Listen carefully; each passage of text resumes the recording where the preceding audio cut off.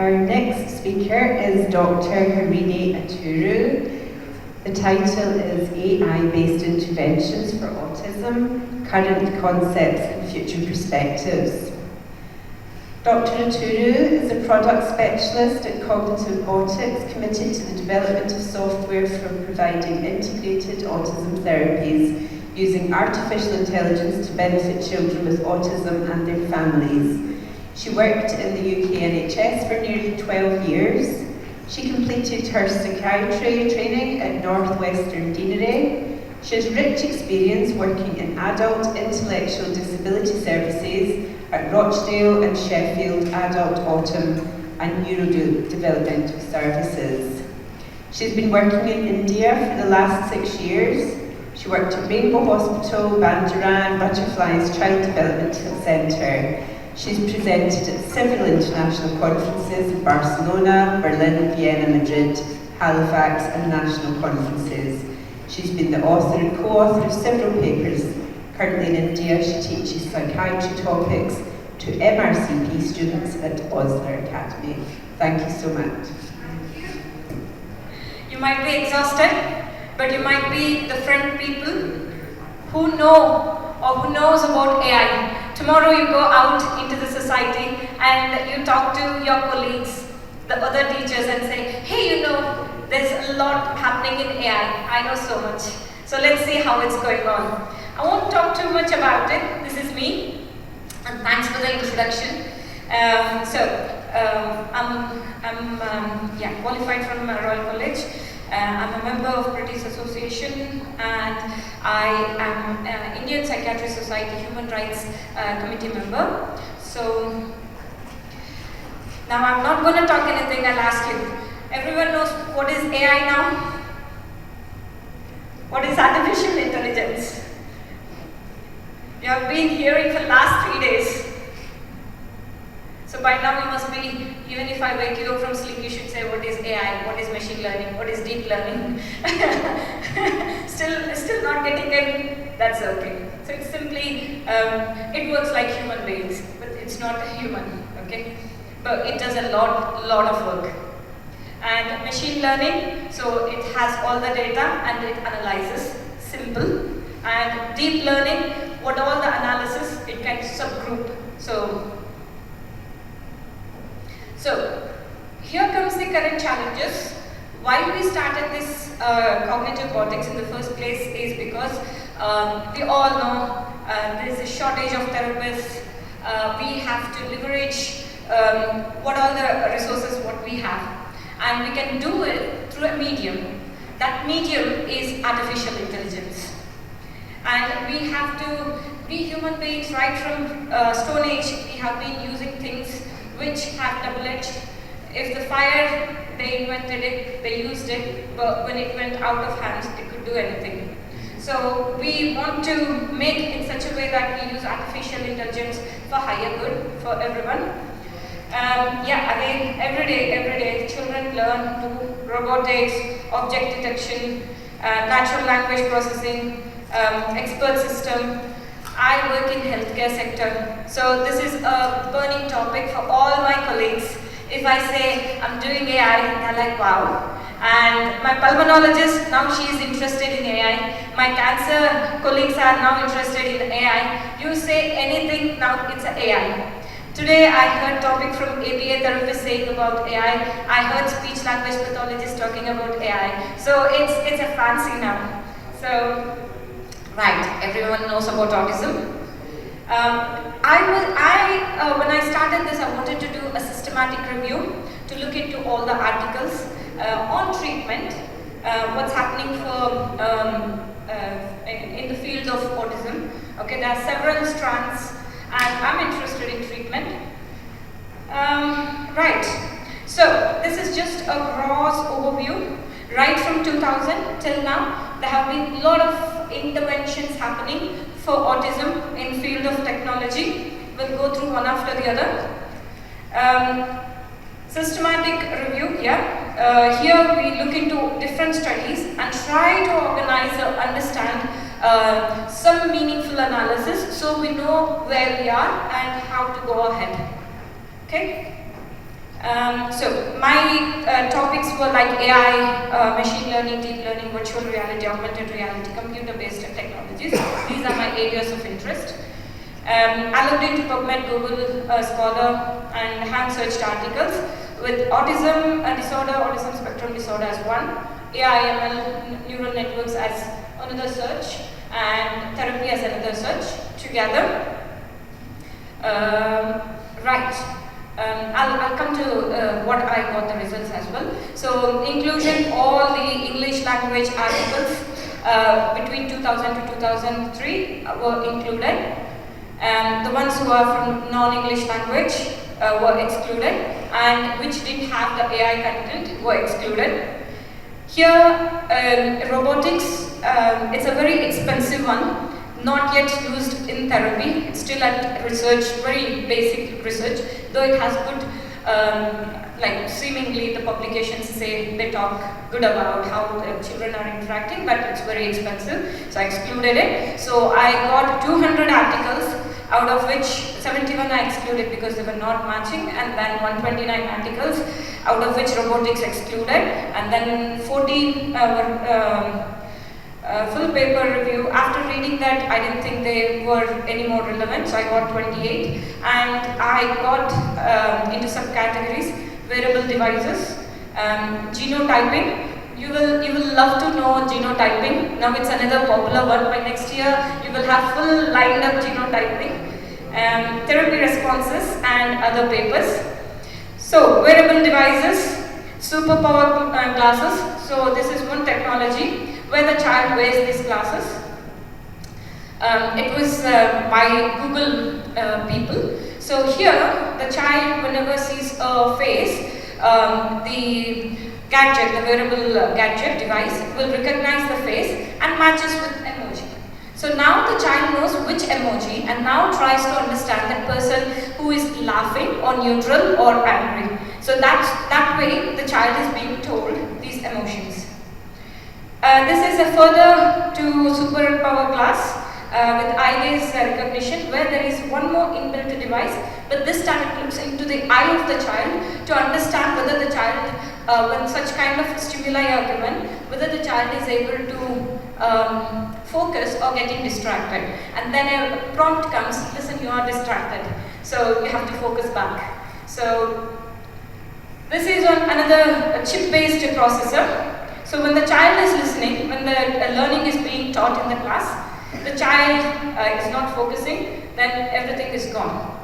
But with this, neurofeedback mechanisms and EEG recording leads, when the child is not listening, it brings back the signal you're not listening. So there is something to keep continuously prompting for the child to go back, not from the zoning out, but come back to the system. And another wearable device, this is for children when they are out of the house. It senses the heart rate and it senses whether the child is very anxious. So it sends a message to the parents, and the parents will understand. They can answer back to the child, communicate, and if it is too difficult, they have made sure it's a 3D model. So the answers are in the form of sad, anger, again emojis. The child is able to make schedules. So it's a nice device. It's actually used in Alzheimer's. They try to use for these children as well. And this is another wearable sensor device where it detects the movement. Again, this was used in neurological deficits and autism people, where, not autism, dementia, initially to see whether they had tremor, how is it, and it was used in autism children as well. And ECG leads, as I said, heart rate, physiological changes. When the child is looking something or even having therapies, whether the heart rate is going, which means the child is distressed, then we may have to change that particular task. Is the child getting comfortable? What's happening? So these are the readings that will help us in the future. But with the previous one, the child has to be hooked up to one place. The child was made to sit for 20 minutes just for this kind of recording when they did it. And this is one where they were trying to get a wireless one. Here they used EEG as well, ECG, EEG, and the facial recording by the cameras. So these are the sensors, and when the therapy was happening, all this information was going into the database. So now they are able to understand how they are responding to different type of therapies, what is good for them, what is not. So they are trying to analyze things.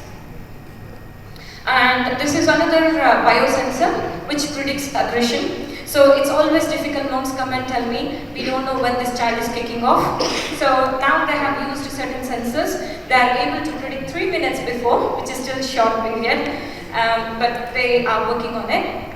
This is VR-based, EEG-based brain inference, where the child is made to artificially drive and his EEG are connected. So he will be sat here, and this is a wireless sensor. And there will be observer also, and his eye gaze detection, EEG, everything will be looked into it, and they will monitor, is the child getting comfortable or any particular scenarios are causing any distress, how to change, what to change before he actually goes into the live sessions. This is another wearable sensor. Again, the therapist is playing, so it tells how the child is feeling comfortable or getting distressed, he needs some rest. You don't have to push any further. He's saturated for today. So that kind of messages will be given. They also calculated the heart rate, like if the child is between 60 to 100, child is happy, 110 to 140, child is excited, somewhere about 160, child is angry. So they have tried to make some algorithms. Now, coming to therapy progress, this is one way of measuring. So this, how to measure the therapy. These people have used 5 programs. So one was boxes, sharing, pinwheel, creativity, cat and dog. So taking these concepts, the children were asked to play and they were rated where they are in the progress. And these are all the measurements, and they would look into this. And this is autism management platform. It's nothing but like his health information system, what we use in the hospitals. All the information goes into the analytics, and that goes into anonymous data or user data. From there, meaningful analysis will be made.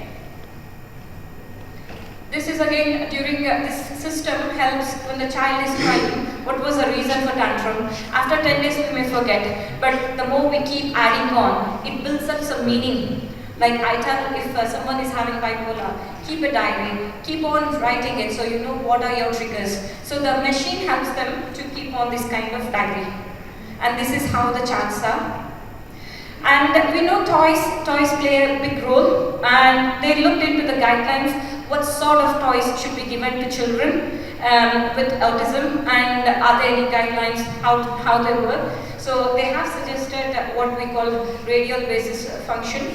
So they were recommending that whenever they're going to see usability, how friendly they are, and what skill you are focusing, and things like that. Evaluation.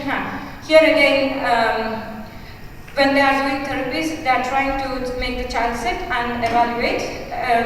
Again, now comes the genetics.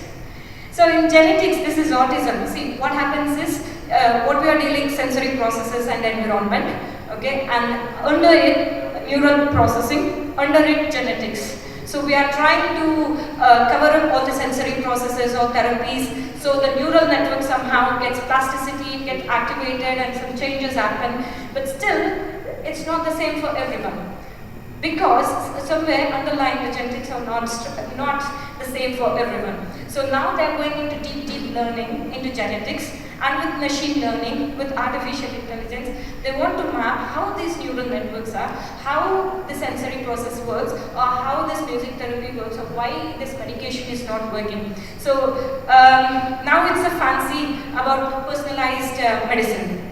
So if you see just one example out of autism to get you connected, some people do exercise every day, but you might have read they have a sudden heart attack. Okay, why? Because the heart has a certain way of muscle in that person which can't take extra exercise. You may think it's good, but for some it's not. So you have to go to that kind of genetic testing to know how much you can eat, what you have to do, how much you have to exercise. So it's all in the way. Yeah, these are all the devices which are used. Okay, this is a chatbot. Now, what do we do with all this? These have, they are very good, but they are only narrow, they are focusing on one skill. So what do? We wanted to have all these together, which is CognitiveBotics. I'm not going to go into, yeah, this is my team. We had a recent awareness walk, and this is a rainbow research where it's going on, and our therapist demo sessions, what we were doing. And we went to even schools to train the therapists, parents to get involved and use this app, this tool. And some schools, they even came for training therapists. Rather than going into the videos and all this, which I'll do, I want to straight go into my parent feedback. What our parents are saying. So, this is the code what we have given in the research, so not to worry, to keep it anonymized. Before the software was used, the child had a very limited sitting tolerance and was not practicing imitation skills. So let's see. What should I do? Sorry. Is there a way to zoom in? Zoom. Okay. I'm an apple. I'm thirsty. What should I do?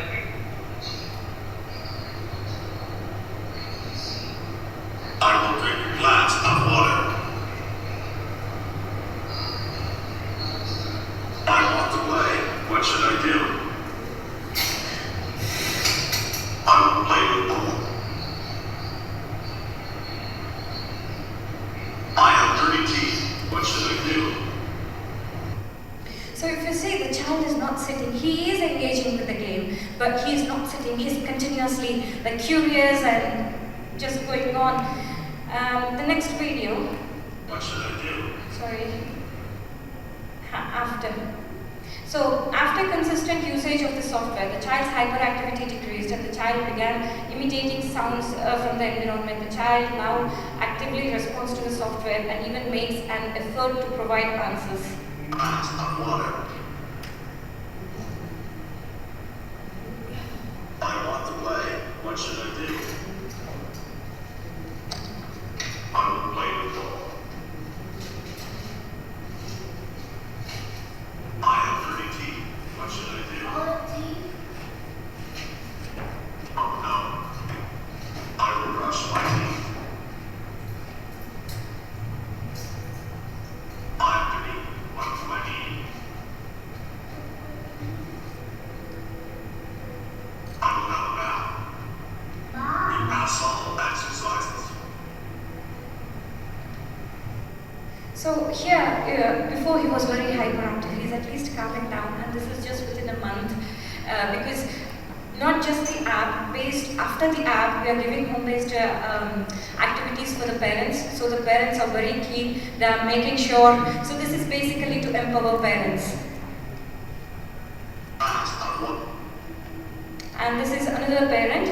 Prior to using the software, the child had a low sitting tolerance, required assistance and prompts to perform tasks frequently through tantrums, had underdeveloped speech and was uncomfortable touching or interacting with friends and siblings. So this was the video at that time. What animal drawing does mother show? Where is doggy? Where is doggy? So this was before. Good.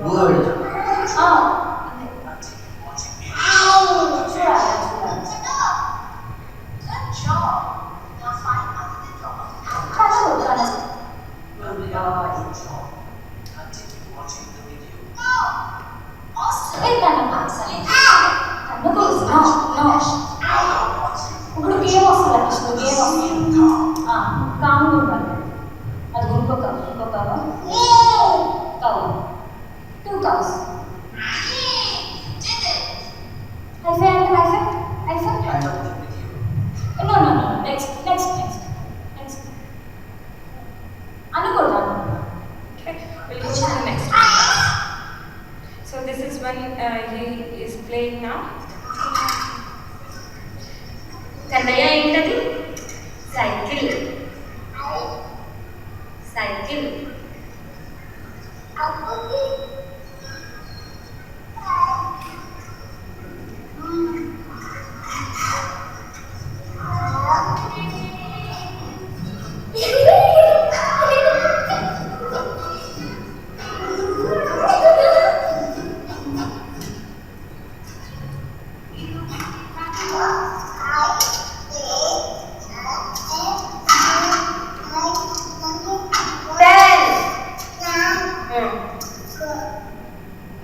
So here the child, 2 minutes here. The child is trying to, and this was another one prior to using the software. The child was unable to complete the tasks independently. Green. So the mother was helping holding the hand as a physical touch, physical support.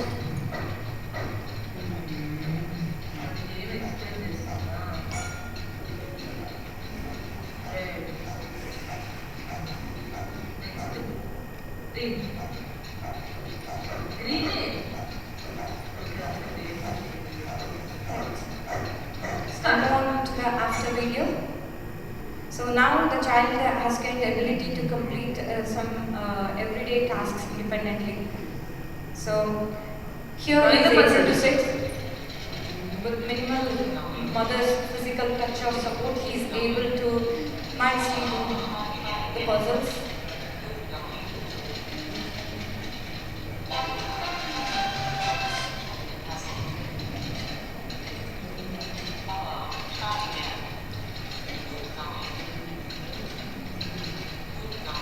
So every time he completes, when he says good job, he feels so happy. Now in the puzzle. Yeah, this child, before using the software, the child displayed little interest in environmental activities, did not participate in activities with parents or friends, had a low response rate to their name being called, and did not develop the ability to follow instructions.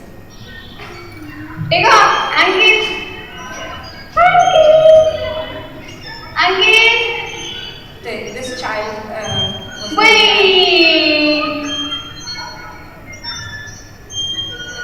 he was not listening.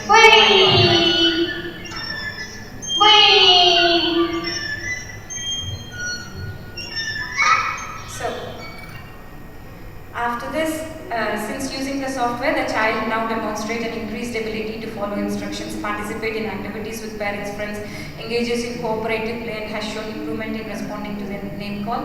He's not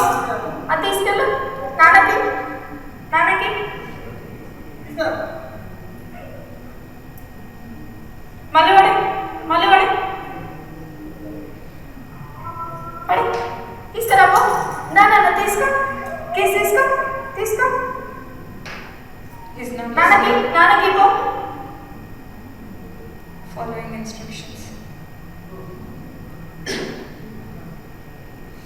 This is empowerment of parents, what they could do for their children. These were very keen parents who, in their day-to-day life, we said, whatever you see in the videos and play in the games, please help him to translate in his day-to-day activities. So in one of the things, if you could see, the mother put a ball and she put some papers and she was helping him to count. So they were trying to improvise with whatever suggestions we were giving through the apps. All these are the recorded apps. It's not like we have to intervene, but weekly we have parental training. So we give them this training and they go back and do everything from the videos. So we are very happy and thanks to these parents. So what is there for future? Holistic approach. We have to continue. Any questions? This is our contact and this is my team. Right. Thank you so much, Harini. Oh my goodness, it's mind-blowing, isn't it? Where will we be 5 years from now? So thank you. Probably now, 1 year. Yeah, exactly. Thanks to you.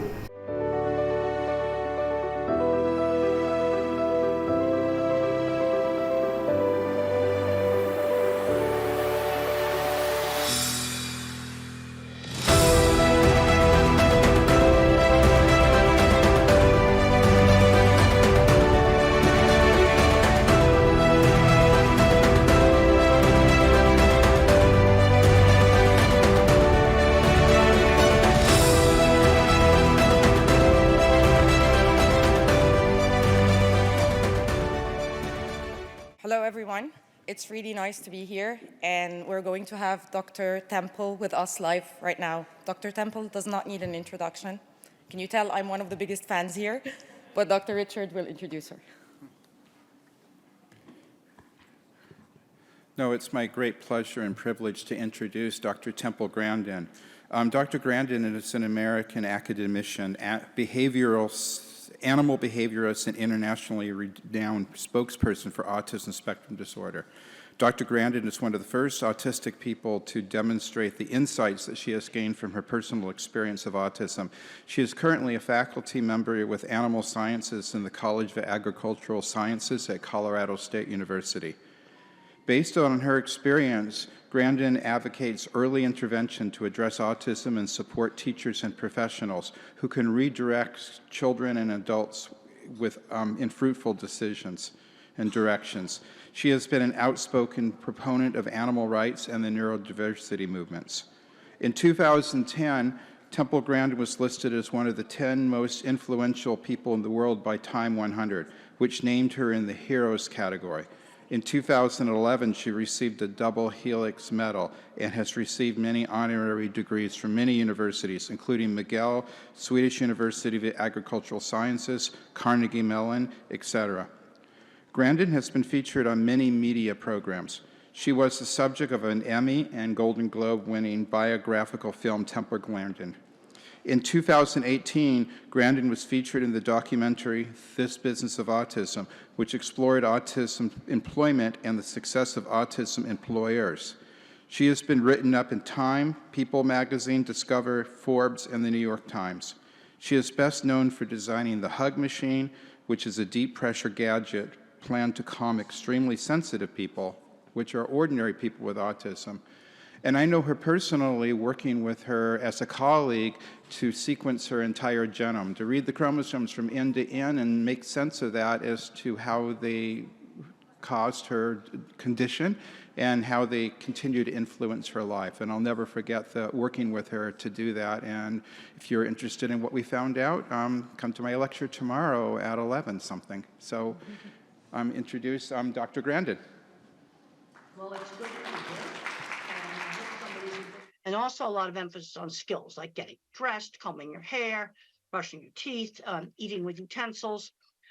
Well, one little tip with these kids, you have to give them time to respond. They're like a phone that's only got one bar of service. And slow down when you talk to them. And when the grown-ups talked fast, it went to gibberish. Can you put the next slide up, please?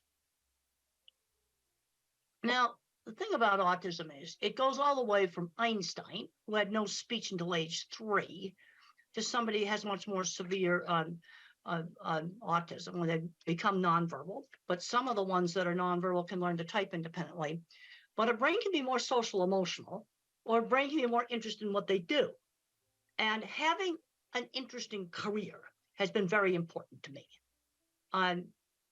I'm really happy that I'm a professor. I've got graduate students and I've done a lot of research in animal behavior. I have 3 graduate students that have become university professors.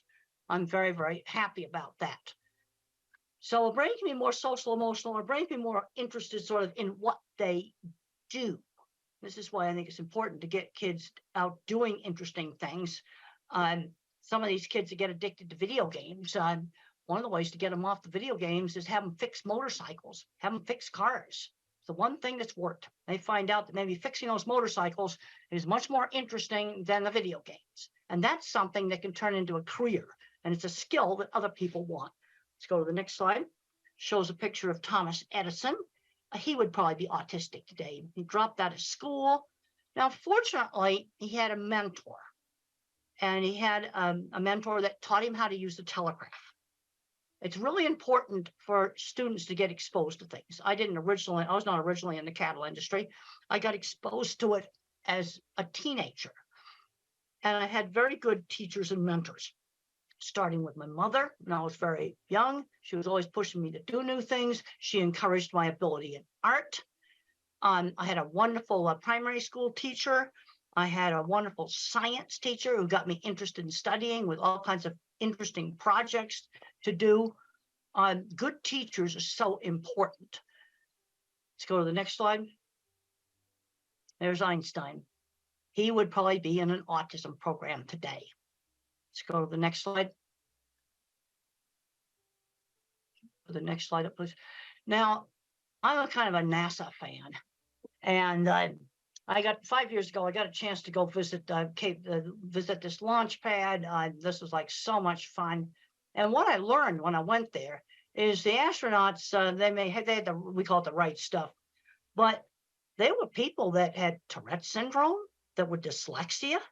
They were building the launch pad. They were designing control rooms. There were people there at NASA, really smart people that were, you know, some of them probably were on the autism spectrum. I've been to many, many NASA sites. And if you look at the old videos of going to the moon, look at the people in that control room. I think there was quite a few autistic people there.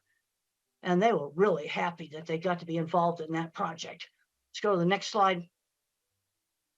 Now I've got emotions, but I get emotional over interesting stuff I do. And Voyager spacecraft now is 45 years old. The scientists are in their 80s now. They are still tracking it. They've managed to keep it going. For a long time, they had to work out of a storefront next to a McDonald's, but they kept it operating with no funds. And I can get really into that because it's so cool what they're doing. They're still learning from this spacecraft that's 45 years old. Let's go to the next slide. Yeah, past Saturn, we can go to the next slide. And then you've got the techies down there that keep that antenna going. Yeah, they probably have to do it at 3 o'clock in the morning. I got a chance to sit at the original mission control desk. That was really, really cool. Go to the next slide. Now, let's not get hung up on the labels. Autism is this big spectrum. And the problem with autism is they keep changing the diagnosis. Originally, maybe 30 years ago or so, you had to have speech delay to be labeled autistic. And then they added Asperger's syndrome, where you could be socially awkward with no speech delay. And then in 2013, they merged everything together. And you've got a spectrum that's going from Einstein to somebody that may have much more severe problems. But I can't emphasize enough on working with the little kids, because when I was 3, I looked very, very severe. And we can go to the next slide. I have grandparents that come up to me all the time, and they find out they're autistic when the kids get diagnosed. That just happens all the time. And sometimes adults later in life getting diagnosed helps them with their relationships. But I'm concerned that too many fully verbal, smart kids on the spectrum get so hung up on the label, the parents get hung up on the label, that the kid's not learning basic skills like shopping, learning how to save money, doing laundry, just very, very basic things. Another big problem I'm seeing is not making the transition into the world of work. Work skills are not the same skills as academic skills. We need to start children when they're 11 years old, maybe volunteering at a fruit stand or something like that, where they learn how to work for somebody outside the family on a schedule. Let's go to the next slide. Now that's me having a real fun time at the vehicle assembly building. We'll show another slide. All the cool stuff I got to go do there, like go up on the roof and I wasn't supposed to. That was really cool. All right, let's just get back to the getting important stuff in autism. Let's talk about some basic issues here. Sudden surprises scare. Okay, let's say a child's going to go to a new school. We'll try to visit it maybe before they go there, or look at the website. The other thing that's difficult for a lot of individuals with autism is multitasking, when you rapidly have to multitask. But we've got to get these kids out doing stuff. We've just got to do that. And I was brought up in the 50s, and we used a method, I call it teachable moments. So let's say I took my drink right here and I stirred it with my finger. That's bad table manners. Now my mother, instead of saying no, she would say, use the spoon. People think it's disgusting when you put your finger in the cup. She would give the instruction instead of saying no. That was my generation, a method of teaching social skills. And social skills were taught in a much more structured manner than they are today. We need to limit the screen time, the phones and the computers, to about an hour a day. And we need to get kids out doing things. Today I saw some kids out playing in the playground that's near my house, and that's the kind of stuff that kids should be doing. Let's go to the next slide. So there's the teacher there working with a really young kid. And the thing I have found on very young children's programs, some teachers just have the ability to work with these little kids. Now, if you've got a little kid that's not talking, the worst thing you can do is let them just sit and play with a phone all day. That's the worst thing you can do. You need to get an effective teacher working with them. And I find some teachers have the ability and some don't. Let's go to the next slide. Teaching turn taking. That was done with me with board games. You have to learn how to wait. It's something that's very important for young autistic children to learn how to wait. And we'll go on to the next slide. Teachable moments. We already talked about that. You don't yell and say, stop it. You give the instruction and the reason why. Let's go to the next slide. You need to limit the video games. One of the things that I was not allowed to do when I was in high school was just become a recluse in my room.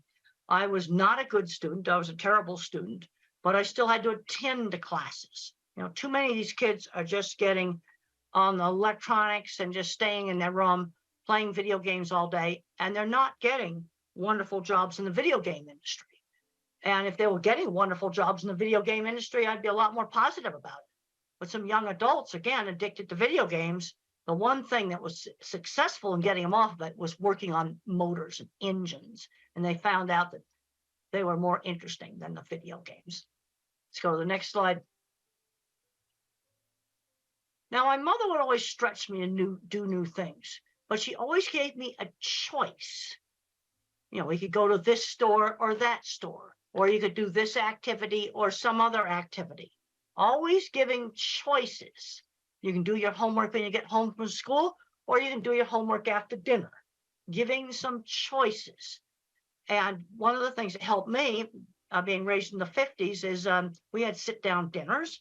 And, you know, my sister and my parents would take turns telling about their day.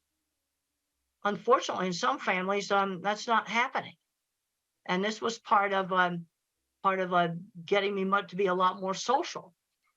And you can learn business social. Another thing that was done in my family is when we were 7 or 8 years old, and it was done with most of the families in my generation, is when I was a little kid, I had to dress up in my good clothes when the parents had a party, and I had to serve the snacks. I had to shake hands with them, learn how to talk to them. Really, really good social training. Let's go to the next slide. Let's talk about sensory issues. Sensory issues are really real. And loud sounds like a school bell or a hairdryer or maybe a vacuum cleaner would hurt my ears. Now, one of the ways to help a child to tolerate these sounds is to let the child play with the vacuum cleaner, where they turn it on. They turn the hairdryer on. And when the child turns the dreaded noisy thing on, they often get to where they can tolerate it better because they are controlling it. Now, there's some kids wearing headphones all the time. And the problem is, if you wear headphones all the time, and that's on the next slide, the sound sensitivity may get worse.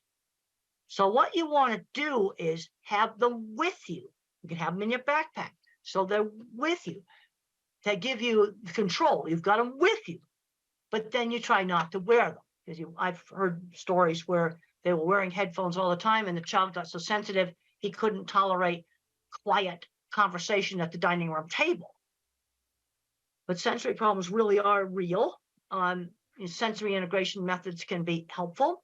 There's a paper you can look up online that's called Environmental Enrichment is an Effective Treatment for Autism. And it's a method where you stimulate 2 senses at the same time. Maybe touch a warm coffee cup and then smell some aromatherapy. So you're stimulating 2 senses at the same time. And the title of the paper is Environmental Enrichment, an Effective Treatment for Autism. Now, let's say we have a nonverbal older child or adult and problems with maybe destructive behavior or hitting. The first thing with somebody who cannot speak is give them a way to communicate. Not being able to communicate is totally frustrating. Also, you have to rule out, do they have a painful medical problem that they can't tell you about? That's the first thing you need to make sure they don't have acid reflux. I had acid reflux last night because I ate some hot sauce I wish I hadn't eaten. And my stomach was hurting last night. But the sensory overload, if they have a meltdown or outburst in a busy, noisy store, that is probably sensory overload. But we've also got to give them a way to communicate. That is just super, super important. There's a next slide just shows that sensory symptoms are part of the neurobiology of autism. Now, when I was a little kid, they tested me for two things, deafness and epilepsy. Now, I could pass the deafness test, but the problem is my ability to hear auditory details impaired. Like if the grown-ups talk fast, it was when adults talked fast, it's like, that's what it sounded like. Because I didn't hear the hard consonant sounds. Like if someone said the word cat and they said it fast, I would hear ah. So my speech teacher would say cat ta, or she'd hold up a cup and she'd say cup pa, and she switched back and forth between saying cup and cup pa. Because if people talked fast, then all I heard were the vowel sounds. Stretch out and enunciate the consonants, and sometimes hearing would kind of cut in and out like a bad mobile phone connection. There's kind of three ways that the brain can have a problem with language. Not hearing the auditory detail, where I'm hearing gibberish, trouble with getting my speech out, expressive. And then the next slide, I talk about echolalic children. And echolalic children, they have good speech and they will recite an entire movie script. But the problem is they don't know what the movie script means. That's the problem. So in Life Animated, what these parents did is this child had memorized Disney movie, and they picked out phrases in the movie that could be used in real life. And then their son started to figure out that words had meaning. So an echolalic kid, you've got to teach them that all this language they're yakking out has meaning. So there's kind of three ways the brain can be messed up. The next slide talks about attention shifting slowness.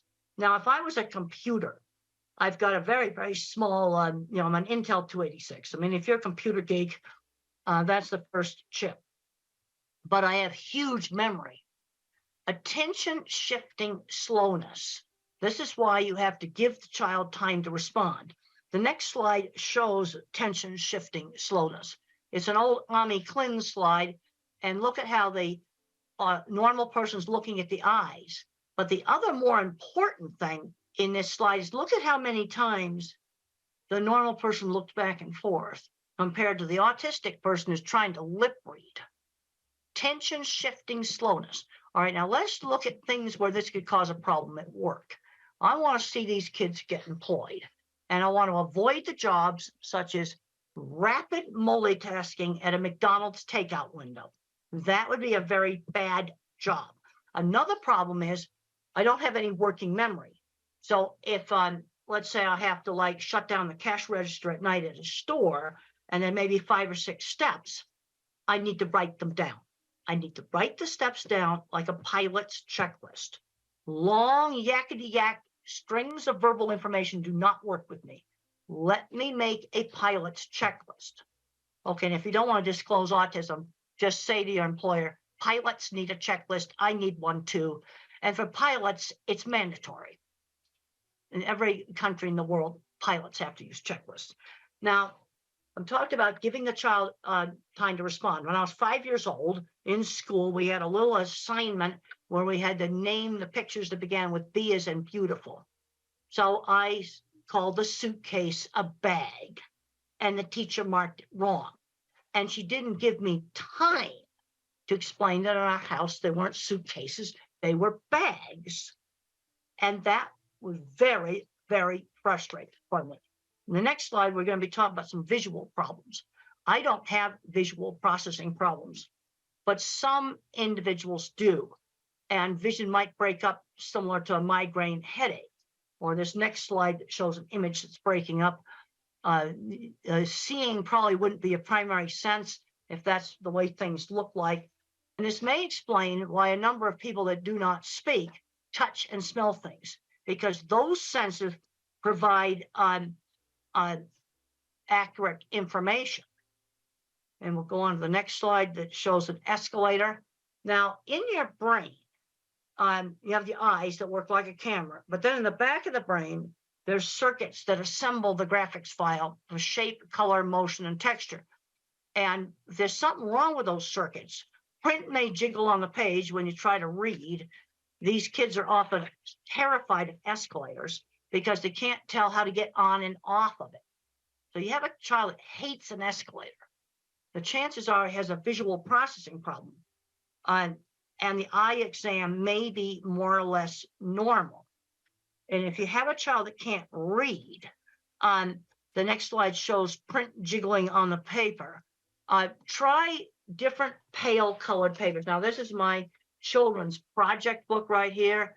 Well, you see the light blue paper color right there. Try printing on the homework and the reading materials on maybe light tan paper, light gray paper, all these different colored papers. That sometimes really works for some types of dyslexia. Just try different colored paper, try different colored backgrounds on your computer, on your laptop, or on the iPad. The next slide, I talk about lighting issues. And one of the big ones now is LED lights that flicker. And one of the ways that you can determine if LED lights are bad is take pictures of them in slow motion. So you want to wave like this, because when you play it back, you want to make sure it's playing back in slow motion. And you're going to find some flat screen TVs that flicker. Now, tablets do not flicker. Most laptops do not flicker. But there's going to be some flat screen TV computer monitors that are bad. And this does not affect all people with autism. But I'm going to say about 10 or 20% may have a problem with seeing flicker of LED lights or on TVs and computer monitors. So what do you do if you have that problem? You go buy a lamp and you find an LED light that does not flicker and you put it next to the desk. And you can buy cheap ones that don't flicker. But this is something that's a real problem. And when I get asked about designing a school or a home for people with autism, I want to make sure we have LED lights that do not flicker. I just learned from a technical specialist that if a TV flickers, it has to do with the internet connection. But this kind of stuff needs to be fixed, and you can just test it with slow motion video. The next slide just talks about some more severe sensory issues. In noisy environments, I am not able to hear because of all the background noise. Cannot hear. And I also cannot follow very rapid chit-chat conversations where people get very social, chit-chatting back and forth very rapidly. I get bored with that. And there's questions coming up about masking. Some of that stuff's just too hard for me to do, but you can always do some business social. You know, shake hands with people. There are some individuals that need breaks, but sensory problems are real. Let's go on to the next slide. The next slide talks about this environmental enrichment program, where you use inexpensive, cheap things to stimulate two senses at the same time. You're always changing the things that you stimulate, and it's an adjunct or an add-on to other types of therapy. Now, the next slide shows some really wonderful books for that have been written by non-speaking autistics. Now, I really like How Can I Talk My Lips Don't Move by Tito. I had a chance to meet Tito, and he came into a library, and he was flapping and everything. And I wanted to see, I tested him with a really, really strange picture that he had never seen before, and it had an astronaut in a spacesuit riding a horse out in the desert. And I showed that to Tito, and he types really fast, Apollo 11 on a horse. Another good book's Carly Fleischman's Arthur Fleischman's Carly's Voice. Then you got The Reason I Jump, the sequel to The Reason I Jump. I like the sequel. It's a better book. But I'll give you a little tip about the typing. Remember the problem with attention shift. Okay, like on this desktop, my keyboard's way down here. But when I type, that print appears way up here on the screen here, and the keyboard's down below where the video is. Now, many people with autism cannot make that attention shift. And that's the reason why you want to use a tablet, because the virtual keyboard, with using that virtual keyboard, the writing appears right next to the top of the keyboard. Or you're going to have to, on a laptop, put the keyboard on a box, and you need to make sure it's a monitor that does not flicker. This is really, really important. Next slide just shows some brain scans. And the point I want to get across right there, different parts of the brain get turned on when you do different things, like seeing things, hearing words, thinking about things. And where there's a problem in autism is in kind of the inter-office communications. And what you tend to get is uneven skills. Like I'm really good at art and mechanical stuff. Somebody else might be really good at mathematical stuff. And we'll just show some more pretty brain scans. Next slide shows, oh, that's my skull. Let's show the next slide. That's the microbiome. You see the little tiny hairs there. Those are axon tails, and they form great big inter-office communication cables between different parts of the brain. And then I can show you a slide without my ugly skull. And that the connectome is much prettier when it's by itself. The next slide shows the circuit in the brain for speak what you see. Now there's the normal control right there, and I'll show you mine. The next slide, that's my speak what you see. And I have all these extra branches for visual thinking, but I have less fibers for speech. So that might explain why I had trouble getting my speech out. But when I had speech therapy, it increases the bandwidth on the fibers that are still left. And the next slide just shows that. But this is where the therapy made a difference, because I had trouble getting my speech out. Let's go to the next slide. Now, for speak what I hear, I am definitely not an auditory person. I am definitely a visual person. And we'll go on to the next slide. And I want to talk about the importance of developing strengths. That's an artwork I did when I was about 6 or 7 years old. Mother always encouraged my ability in art. It's a picture of a wooden dock or deck that was by the beach. And she always encouraged my my art. And the next slide just shows a picture a young child did in 3-dimensional. Most little kids don't do that. And I would just draw the same horse's head over and over and over again. So mother would broaden my skill. Let's draw the stable. Let's draw the saddle. Or if you have a child that likes cars, let's read about cars, do math with cars, draw pictures of different cars. In other words, broaden that fixation. Broaden the fixation, especially if it's something like cars that can turn into a career. The next slide just talks about the art ability being encouraged. Often we'll have uneven skills, really good at art. I was absolutely terrible at mathematics, but then you're going to have another autistic person that's good at math. And we'll go to the next slide where it shows that the way I think, it's videos in my head or movies in my head. I'm what's called an object visualizer. And in my new book, Visual Thinking, The Hidden Gifts of People Who Think in Pictures, Patterns, and Abstractions, I discuss 3 different kinds of thinking that you can have in autism. Most people are mixtures of the different kinds of thinking.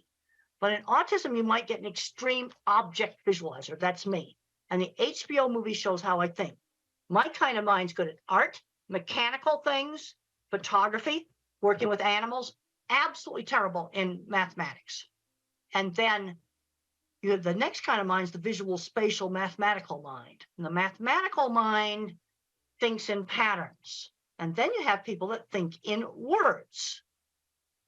And it's important to, kind of know how the child thinks.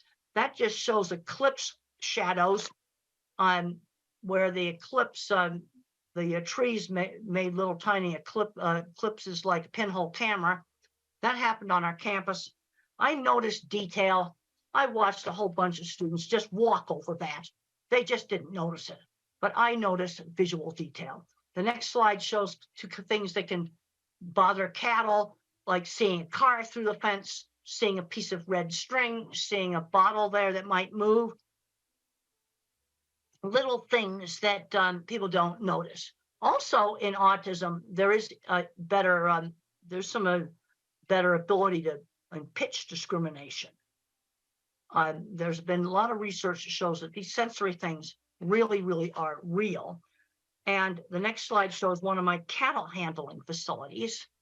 And how did I sell my work? One of the things I did to sell my work was to show off pictures of things I had designed. And one thing I really liked in the HBO movie is that it showed my actual projects. It also shows how I think in pictures. It's very, very accurate on that. And I can say that the geek side of me really liked that. The next slide shows a recreation of one of my projects in the HBO movie. I thought that was just so cool. I really, really liked that. The next slide shows starting on my very first project. Now, I had some good mentors in the construction industry. On my first project, the Swift plant in 1974, I criticized some welding and I said it looked like a bird had poo-pooed on it. And that was pretty rude. And the plant engineer pulled me into his office in private and said I had to apologize for that rude kind of talk. He told me what I should do. And then another person that helped me was a small contractor, steel and concrete work contractor, who had seen my drawings and seeked me out. And for 10 years, we built projects together. And so those are on a construction site, some of my early projects. And some of the most fun stuff I ever did was working in construction. And I worked with a lot of people that were probably dyslexic, ADHD, or autistic. Some of these people owned big companies where they made mechanical equipment. They had lots of patents. I really put the emphasis on the career. This is what's made life happy for me, is having a fulfilling career. The next slide just shows some of my drawings. And when I showed people my drawings, they were impressed. That's how I sold jobs. Okay, let's work on what are we going to do about job interviews? Well, a job interview for me was lay the drawings on the table and show off the drawings. That's what I did. And they'd look at my drawings and go, well, in fact, actually today, now that everything's computerized drawings, I'm seeing some very bad drawings. And now the next drawing shows a dipping vat system. And you can see on the concrete work, I have all the reinforcing rods drawn in there. 4 years ago, I got a really horrible set of drawings that the engineering firm had done on a computer, and they hadn't drawn in the reinforcing rods. I marked them all in pencil, and I said, you go back to that engineering firm and get it done right. This is a piece of equipment I developed for the meat industry called the center track restrainer system. You can see a lot of complicated steel work there. And one of the people I worked on this was autistic, undiagnosed. Special ed department builds the stuff. And we need these skills. We need to find back doors into jobs, where you just kind of bypass the interview and get jobs. Well, a friend that has a store and maybe they'd be willing to work with the kid. I think I'm going to stop there. You can have the rest of the slides because I'd like to do questions. And I've already talked about some of the most important stuff. But what you see right there is high-end skilled trades. And I was very interested. I went to the Steve Jobs Theater right before COVID shut everything down. And the glass walls came from Italy and Germany. And the carbon fiber roof came from Dubai. That's very, very high-end skilled trades. That's something to be proud of. All right, let's get some questions going right now. Hope I'm going to get some questions. Hello? Hello? Yes, let's get some questions. Yeah, just a second. Hi, my name is Sona. I have a son. He is nearly 8 years old. And I always have this question because I'm a big fan of you and I know you know a lot about autism and animal behavior. So I wanted to ask, what's the connection between visual sensory preference as my cats and my son, they both like similar toys and they have similar visual preference. Is there any link? Does your son speak? He is speaking, but he is not like having any big vocabulary, so he has very short vocabulary and has sensory issues. Does he have a decent way to communicate? Even something out like one of these computerized things that will speak, or a picture board or something for him to communicate with? No, we never use like visual pictures like PECs. We never use those. So we encouraging him to use more spontaneous speech and you know, the speech therapist, the ABA therapist, all of them, what they recommend, we follow that. Well, if he can learn to speak, then you don't need to use PECs. But Yeah. if you have a child that has like 3-word vocabulary, and he's 8 years old, we need to give him another way to communicate more easily. And that, I can remember the frustration when I couldn't communicate, and I remember that, I showed you that picture of the bicycle in the suitcase, and it was so frustrating when the teacher didn't give me time to explain that in our house suitcases were bags, and I didn't understand the concept of the letter B, the sound of the letter B. But there's a point where they need to get a better way to communicate. Yeah, some kids use sign language, some kids there's various programs you can get for tablets. Yeah, the thing is he started talking just before he gets 6, so it's really delayed. So that's why... But is he starting to talk? Are you getting more and more language? Yes, and more clarity. Like it takes time, like it's a step by step, but we had him from severe autism, now he is in between low and moderate autism. Okay, so well, in the that's spectrum. good. If you're getting progress, parents always ask me about different programs. I said the most important thing is you're getting progress. Yes, now, if you're getting progress right now, then you're doing the right thing. Yes, the only problem I'm struggling is his memory and his sensory problems. That kind of restrict him to learn more and focus on task and academics, and he's better in maths. As you said, there are a few types of visual learners. He is more into maths and numbers rather than alphabets and reading. You see, because I said there's a visual kind of autism, that's me, but there's also a mathematical. There are kids that are very mathematical. He is visual in maths, but he's not very visual in, he's not into reading that much, but he's better in maths, like counting and numbers. He's really good with numbers. Good. Then you maybe you can move him ahead in numbers. How is he at things like getting dressed, bathing, these kinds of things? He is very independent. Wherever I taught him, is very independent. Good. That's good, is learning those skills. Yeah, he is even better than my other children, like neurotypical ones. So he is more independent than them, and he understands routine better than them. The only problem I have, I can't find his special skill. He really likes music, and he is very athletic. He does parkour, he does swimming, he does cycling. Well, good. He's very athletic. That's good. And see, the problem you got with autism is it's such a wide spectrum now. Let's say you take a diagnosis like dyslexia. Okay, that's problems with reading. Or ADHD, you tend to, detention. It's a much narrower diagnosis, and this is the problem we've got. We've probably got half of autistic kids that have a special skill, and there's going to be some that don't really have a special skill.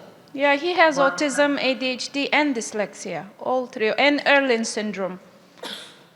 Well, the Erlin syndrome, have you tried the Erlin classes? Yes, I myself, I qualified as well. I just took the course, so I can keep checking on him. We got the glasses. Well, the other thing I find that works also for people that have Erlin syndrome, I talked about the colored paper. Yeah, we do use. We do use. All of his notebooks are turquoise. Well, like I've got a tan shirt on. right now. And that would be one of the colors, the light tan like this shirt. Some people like that, and then other people, they like this light blue that's on my children's project book. Yeah, that light blue, that's the thing for him, Light blue calms like him. my tie. Yes, You it see, calms it him. needs to be the pale colors. Yeah. Not dark blue, light blue. Yeah, I changed Light those, but black. he still have visual sensory problems. So is And there what any about- connection? Now, what about sound sensitivity? Sound sensitivity he has, but I kind of always give him that opportunity. Like you said, he's in charge of hair dryer. Okay. He's in charge of hand dryer. You know, when we go to cinema, Yes. at the beginning he was very hesitated, but then he got used to. Now he is properly sitting like other children. So I kind of make him to be prone to that, and he's used Well, to it. that's good that you see it and making him, see when the child turns the hairdryer on and off or the vacuum on and off, where they control it, Yes. that should desensitize some of that. Yeah, but still I'm struggling with his memory and his visual sensory. Like my cat and him, they prefer the same toy. You know what I mean? Like he will kind of keep doing with that, playing with that toy, even though he has 1,000 other toys. But And his how preference. is he taking turns at a game? He was not good. He was having meltdowns. He would get angry. But I kind of desensitized him with that as well, like on the cues of airport, like slowly by rewarding him using ABA techniques. And you don't have a surprise at the airport. You know, like you watch videos and I found that one of the things that I got afraid of them, I made them interesting. Yeah, exactly. That sports. What one parent did about the hand dryers in the bathrooms, they went to the websites of all the manufacturers of the hand dryers, and then they got interested in how they worked, and they collected all the websites of hand dryer manufacturers. No, seriously, this actually helped. Yeah. It's the same with him. Wherever we start with, like even food, diet, we started with him. At the beginning, he didn't like. Now he loves healthy, clean food. He wouldn't eat rice. Before, he was addicted to all these carbs, rice. Oh, yeah, it's bad. Now he And wouldn't eat. I get worried that some of these kids with these restrictive diets are going to get the old vitamin deficiency diseases. There was a horrible case where a kid got scurvy, which is vitamin C deficiency, because the diet was so restricted. Maybe we need to get somebody else to ask a question. I want to give somebody else a turn. Yeah, sure. Thank you. Hi, good morning and nice to meet you. You made a point about people who don't speak much, they're more on touching and smelling things. And I just wanted to know how can that be helped and how can they be helped to speak better? Well, if you read, I really recommend that you read Tito's book, How Can I Talk If My Lips Don't Move? It is available in an electronic book. I checked Amazon recently, it is available. And he talks about vision being scrambled.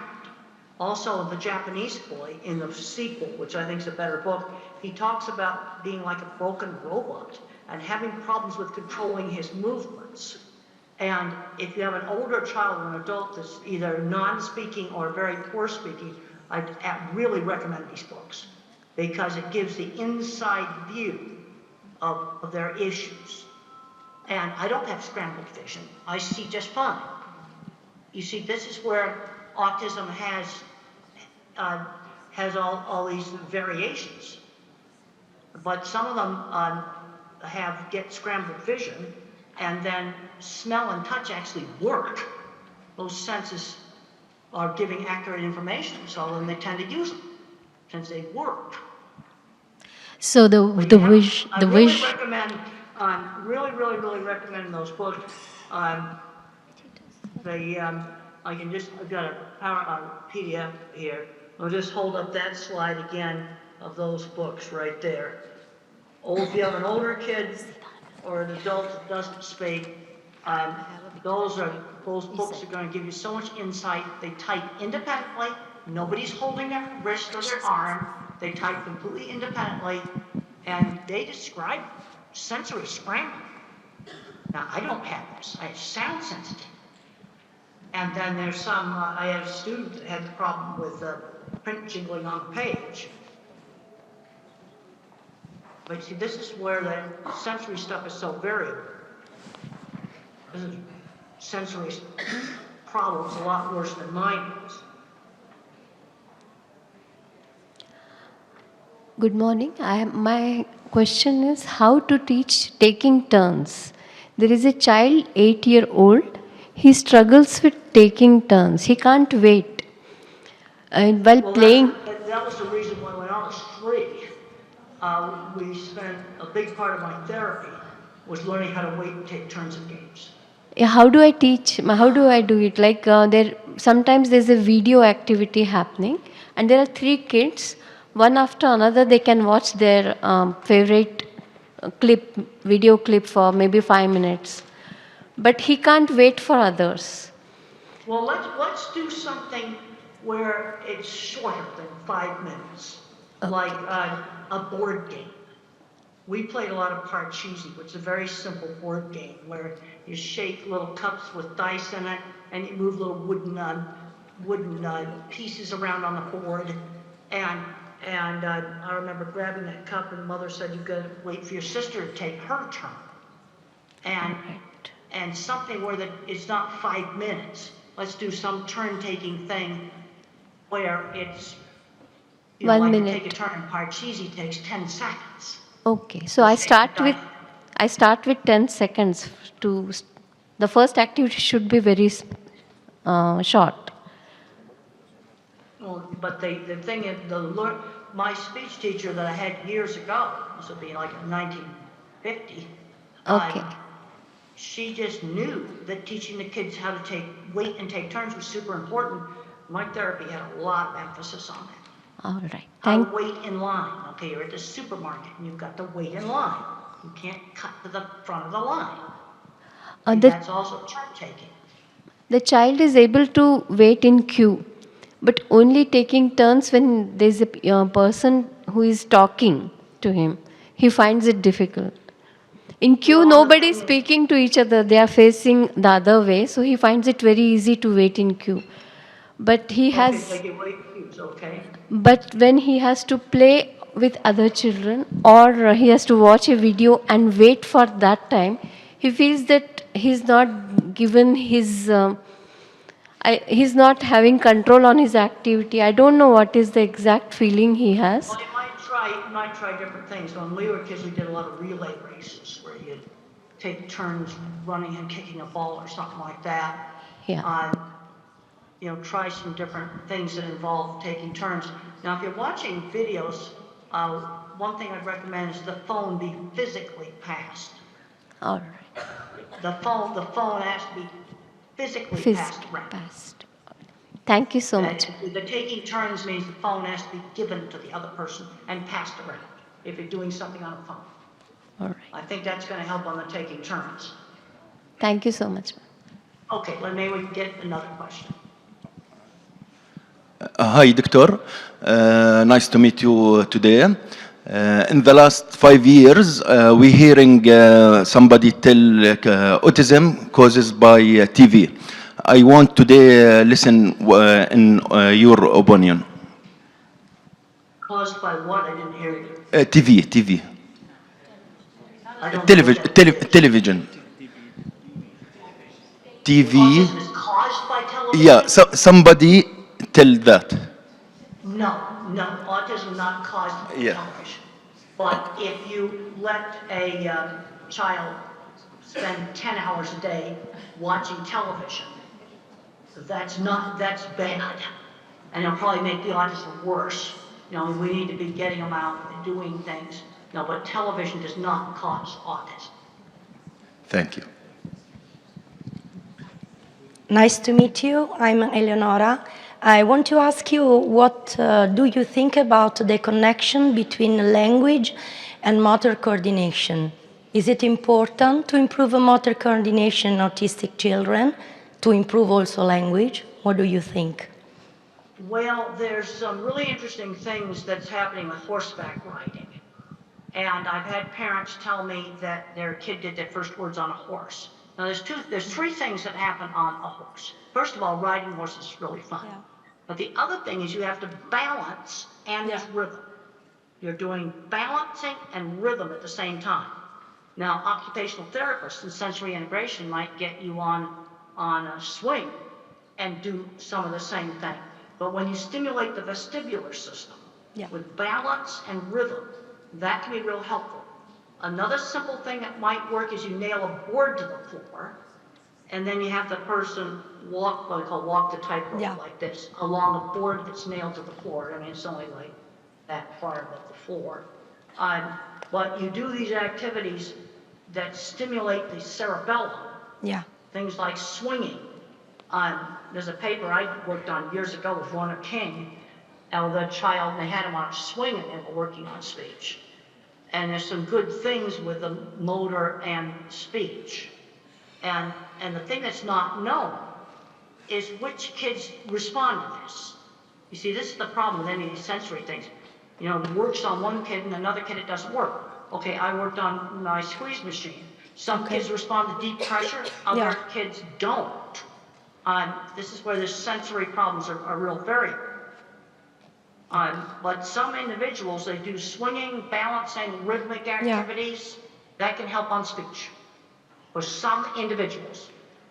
Okay, we can use also music, for example, rhythm, and that is very important. The other thing is there are some individuals that can sing words before they speak them. Yeah. Singing is on different brain circuits, so they could sing the words rather than speak them. Sometimes that works. Thank you. Thank you. Thank you, Dr. Grandin, for wonderfully sharing your insights as an autistic person. One thing that has caught my eye is that your parent, your mother, played a very key role in Absolutely. And then another book you might find helpful, I got a book called The Way I See It, that's I got a lot of little short articles in it. It's available on Amazon. That might be helpful. Thank you. Yeah, I also have a lot of information on my website, templegrandin.com. Just templegrandin.com. There's lots of free information on that. Thank you. So I'm a mother of triplet boys with autism. They are 11 years old, all different. They are all on a different spectrum. And one is still nonverbal. And all my sons are really not academically gifted. And there's one thing you have mentioned, that you're really fortunate and happy that you have a wonderful career. Now, I would like to request if you can share, one word or a direction to us parents. Often we find that we want to follow the typical growth, go to kindergarten, go to primary, go to high school, go to university, get a job, get married, all that. But most of our children with autism don't really seem to fit there. What can you tell us? The thing, you have uneven skills. I'm a big believer in getting children exposed to lots of different things. I did all kinds of things when I was a child: cooking, sewing, woodworking, art, music. I was taught musical instruments, and I was terrible at musical instruments, but good at art and mechanical things. And so you expose kids to lots of different things, then you can see what they are good at. But I know, like you look at this equipment here, I've worked with people where a single welding class led to building things like what's shown in that picture. And then another kid, it might be mathematics and programming. Some you have to expose them. And then you've got people with autism that are not going to be building equipment, they're not going to be doing mathematics and programming. Let's say you have a kid that's good with numbers. Well, then show him other mathematical stuff. Here's some really cool pattern stuff right here I found in one of my science magazines. Those patterns, they all have mathematics behind them. Isn't that cool? In a science magazine. Yeah. You know, there's some kids that are going to just, they may be gifted in that. You see, this is the problem. You're like really good at one thing, sometimes really bad at something else. And the people that build the equipment, like you see there, complicated stuff, most of them could not do algebra. It's all pure visual thinking. But they're building stuff like that. Thank you. I had a chance to go on a corporate jet the other day. The guy that took one welding class, he builds entire beef plants, and he just has them memorized in his head, a single welding class. He's building entire beef plants. Unfortunately, Now, we're running. He's not autistic. He's not autistic. But I did work with several other people in metalworking that I'm pretty sure were autistic. We're out of time now, so we're just going to have one more question. I know that we would. One more question. Hello. Midnight or whatever, I'm going to go to bed. But I'm really glad that I was able to get up and talk to everybody and free to give the videotape around to people. There's more slides in this deck. You can go ahead and give people the whole slide deck. It just wasn't time for tonight to show all the slides. Hello, Dr. Grandin. Thank you so much for the presentation. My question is, right now I'm working as a general practitioner, but when I was a teenager, I had a distant cousin who, at that time, he was 7 years old. He has symptoms of aggressive behavior and at times, but most of the times he's a very quiet kid. He won't interact much and everything, but the aggressive behavior is the key point, like it's almost disruptive. And later on we diagnosed he has autism. But how old was he when he was doing the destructive behavior? At 7 years old. And because of that, his whole family also have a history of mental illness, like other mental illness. It's stigmatizing, it's so traumatizing for all of them, especially the boy. So how to deal with autism children with aggressive behavior? I had aggressive behavior when I was 7. There was a penalty for it. There was no television for one night. For aggressive behavior. The other thing you have to look at, what is bringing it on? Is there a problem with frustration with communication or with sensory overload? Communication. We've got to make sure he doesn't have if the child is non-speaking, then you always have to make sure you do not have a hidden painful medical issue, like maybe an ear infection, urinary tract infection, acid reflux in their stomach, a toothache, something that's hurting that they cannot tell you about. I think he had meningitis. He had meningitis. I also had problems with things like getting aggressive when I was a child. Was worse when I got tired. I had a pretty good sense of when she needed to just say, I need to go to my room and just calm down. But when I was 7, I was fully verbal and there were consequences for aggressive behavior. No TV for one night. And then I threw a big tantrum. Mother would put me in my room and let me calm down for half an hour.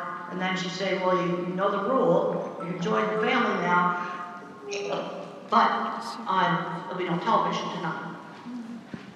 And I understood consequences, but I think there's some individuals where they may not make the connection between the tantrum they had at school and no television that night. See, this is the problem we've got with autism. We've got such a big range.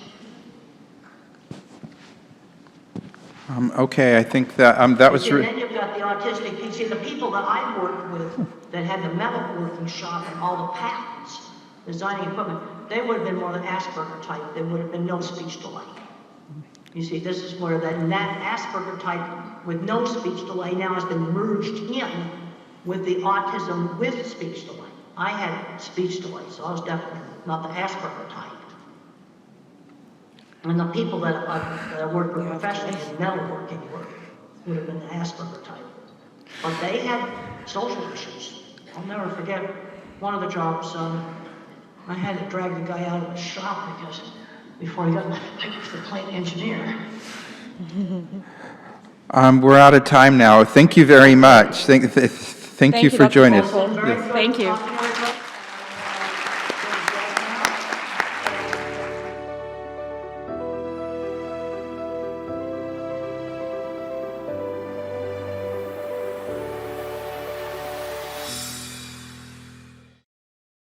And it's my honor to introduce Dr. Alok Sharma. Dr. Alok Sharma is the professor and head of the Department of Neurosurgery at LTM Medical College and Hospital in Mumbai, India. He is also the director of Neurogen Brain and Spine Institute and KLS Institute of Anti-Aging, both in Navi, Mumbai. He is the president of the Stem Cell Society in India and vice president of the International Association of Neurorestoratology. He has published 172 scientific papers, authored 24 books, contributed chapters in 19 textbooks, and made over 200 scientific presentations. He is a world-renowned pioneer in the field of cellular therapy for neurological disorders, having treated more than 12,000 patients from 75 different countries. His landmark accomplishments include the publication of the world's first scientific paper on the role of cellular therapy in autism. He has revolutionized the management of neurodevelopmental disorders with his innovative combination of cellular and integrative therapies. For this, he has received several international and national awards, such as the Rose of Paracelsus Award from the EMA Oxford 2016, the European Award for Best Practices, Brussels 2018, the Bharat Gaurav Award, London 2019, the Newton Universal Legendary Award, Boston 2022, the Sino-Phil Asia International Peace Award, Manila 2023, etc. Let's welcome Dr. Alok Sharma.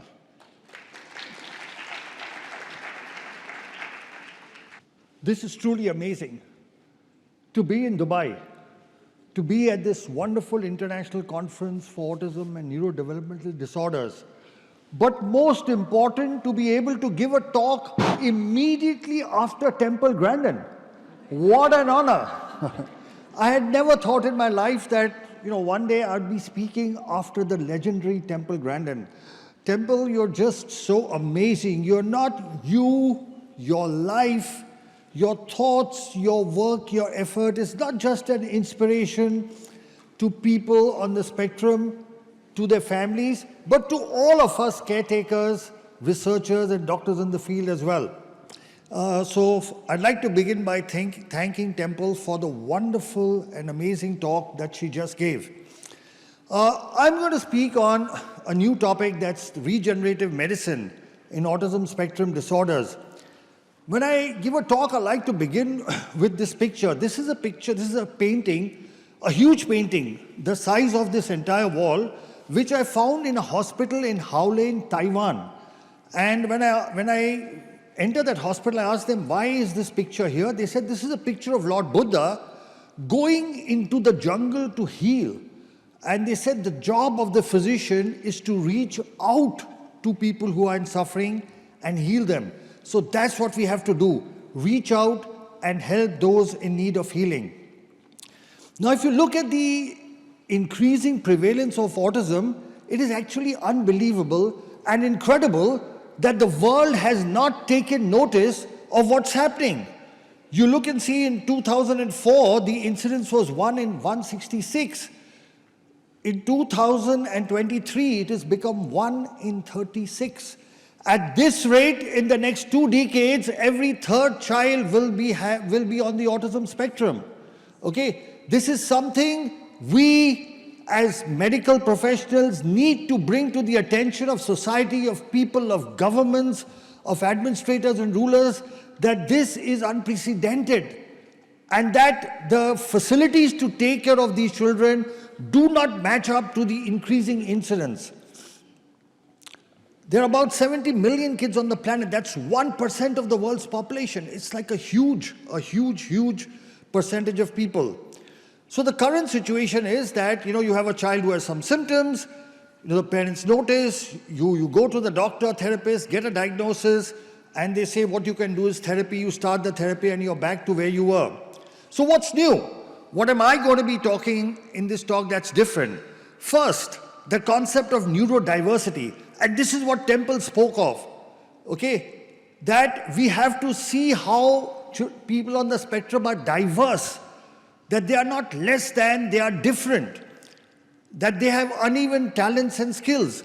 So the concept of neurodiversity, because now there are going to be so many people on the planet that you can't look at them in the way that we've been looking at them earlier. The other exciting thing, and I'm going to highlight that, is a better understanding of what's happening with the brain. And this is what has changed everything. Then the whole concept of neuronal regeneration, that it is possible to regenerate the brain that's not functioning as well. And the concept of multidisciplinary management, and of course the main base of my talk, which is cellular therapy. Now, what is new is that for the first time in medical history, we are now understanding which parts of the brain are functioning differently from neurotypical brains. And we have done scans, we've done a lot of research in this area, and you can see that list: the amygdala, the hippocampus, the parahippocampal gyrus, the cerebellum, the caudate nucleus, the mesial temporal lobes, thalamus, superior and middle temporal poles. So we've actually identified very clearly which parts of the brain are functioning less. We've also identified which parts of the brain are functioning more. Our focus so far has been on what these children can't do. What we also need to look at, which parts of their brain actually are functioning more than what neurotypical people do. And there are actually parts in the calcarine fissure, the Heschel's gyrus, cortical frontal areas that function more. They are hypermetabolic. So we need to understand this as well. And our work has been published in a landmark paper, among the first of it's in published literature in the World Journal of Nuclear Medicine, where we've clearly highlighted which parts of the brain work less and which are working more. Now, what we found here, and this is the only thing that we need to give attention to, because Temple again keeps talking of early intervention. She keeps talking about early intervention, and I'm going to show you the scientific base of the need for early intervention. And that is this. If you look at this graphic, you will see that, you will see that the brain metabolism over the years keeps on declining. So what you see in light green is how the brains of neurotypical kids, the brain metabolism keeps on increasing. Whereas children on the spectrum is the light blue, you can see it keeps on declining. What does this mean? It means the earlier we treat the children, the early intervention is there, the better results. Because the later you treat them, the hypometabolism is actually increased. So the old thinking was that once the brain is damaged, you cannot regenerate it. And the new thinking is it's possible to regenerate the brain through cellular replacement and repair. The other thing that has changed in autism is the concept of multidisciplinary management. You know, so far what would happen is a person specializes in something and then that's all they would offer. So if you're a center that has occupational therapy, you focus on occupational therapy. You have a center that does speech therapy, you focus on that. But what is the need is a multidisciplinary management, which includes everything, all the things listed, and cell therapy, which I will talk about, is one of them. So there is no one silver bullet. The management of autism will be multidisciplinary. So look at that. On the left-hand side, you see a fractured bone. And I ask yourself, will you give rehabilitation to a person with that fractured bone? Would anybody give physiotherapy on a broken bone? Now look at the left. You go to an orthopedic surgeon, you get it fixed, don't you? And now you give rehabilitation. But in autism, we do exactly the opposite. On the left-hand side, the blue area is the hypometabolic brain. We are giving rehabilitation on a brain that's not functioning optimally, and then we are expecting results of a normal brain. It won't happen. But through cellular therapy, you can see on the right-hand side, the brain has started functioning again. Now, if you give rehabilitation, you are bound to get better results. So cell therapy is a promising new modality where you use healthy cells to replace damaged cells. So that's the brain damage, and you can see that there is recovery. So now look and see what are stem cells. So the word stem comes from the stem of a plant, and just like from the stem of a plant, you can have leaves, fruits, everything else. There are some cells from which all the other cells arise. So the way stem cells work is they multiply, they convert into other cell types, they improve the blood supply, and they release certain positive growth chemicals, and because of that, they repair, they regenerate, and they replace damaged tissue. Cells are of two types. You can be autologous, when you take from the patient, put it back in the patient, or donor cells, when you take it from somebody else. There are different types of cells. You can get them from the embryo, but this is very controversial, so we do not use it. You can get them from the umbilical cord. You can get it from the patient itself, from the bone, and that's what we use. They are called adult stem cells, and induced pluripotent stem cells are in the research stage. So we work with adult stem cells because they are safe, they don't form tumors, they have no rejection, they are easily obtainable, and there are no ethical issues. There are different ways of injecting stem cells. You can inject it intrathecally into the spinal fluid, that's what we do, or intravenously, intramuscularly, through the nose or directly into the brain. How does cellular therapy work? We know the main problem in autism is there is hypoperfusion, decreased oxygenation, and problems with the immune system and inflammation. Cell therapy works through both these mechanisms. So here is a small video showing the 3 basic steps. What we do a bone marrow aspiration with a needle, separate the cells and inject it back. The whole process has only 2 needle pricks. Let's look at a video. There you can see with the needle we are aspirating bone marrow. That takes 15-20 minutes. The bone marrow is put into machines. It separates the cells, and once the cells are ready, with a very thin needle we inject it back. Just 2 needle pricks. And we take cells from the child and put it back into the child.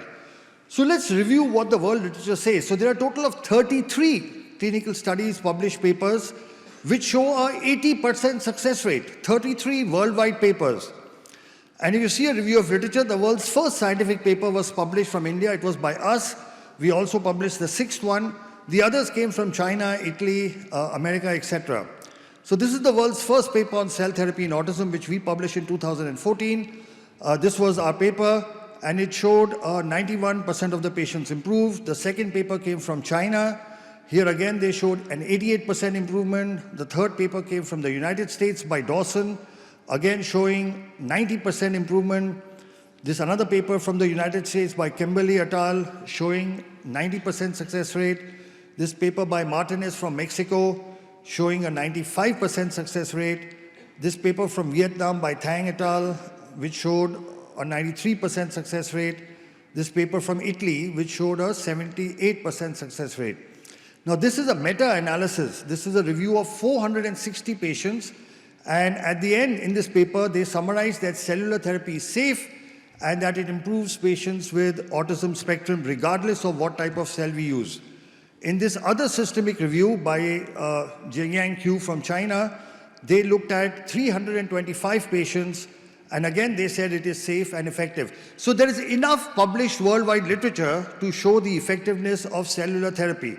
Now this is our latest paper. We had 2 papers, but I'll talk about the second paper because this was 254 patients. We use autologous bone marrow mononuclear cells. You can see the improvement in the various symptoms, and almost all the symptoms, whether it is social interaction, eye contact, attention, stereotypical behavior, aggressiveness, hyperactivity, self-injurious behavior, sitting tolerance, command following, speech, communication, all these you can see above is the percentage of improvement. And we have scales called ICA and CARS, and you can see that there was a significant improvement, 94% and 95% in these scales. Now here's something interesting. The results depended on age. So those kids who are less than 5 years, we had a 97% success rate. Between 5 to 10, it reduced to 94. Between 10 to 15, 94 again. And 15 and above, it was 91. So the earlier we intervene, the better results we are likely to get. Here again, you can see on CARS scale, again, 98, 95, 90, 91. So you can see that age affects the outcome. Now, what was the objective proof? Because one is clinical improvement. So in our study, we actually showed objective improvement. So above, this is a PET CT scan where the blue areas are the hypometabolic areas, the areas that are functioning less than normal. So you can see above all the blue. Now this is done on a Siemens machine. Below, you see 6 months later, and you can see the hypometabolic areas are gone. So this is objective proof. I'm just showing you 1 or 2 scans, but we have almost 3,000 such scans before and after that show that the brain damage, the parts of the brain that are not functioning appropriately in autism, they can be repaired. And this is proof of that. So this is on a Siemens machine, And this is on a GE machine. Again, you can see the cerebellum, blue area, hypometabolic, and below you can see that it has improved. So on two different sets of machines, Siemens machine and General Electric machines, both show before and after improvement. We have a total of 6 scientific publications in the results of cell therapy in autism. And now international books, medical books are introducing chapters. So in this book on recent advances in autism, there is a chapter, Stem Cell Therapy in Autism Spectrum Disorders, and they've asked us to write the chapter. So we've written the chapter for this book. Now this is data, what I showed you earlier was published. This data of 1,000 patients has been sent for publication. But just to give you an outcome, this is 1,010 patients. And again, you can see more or less similar symptomatic improvements.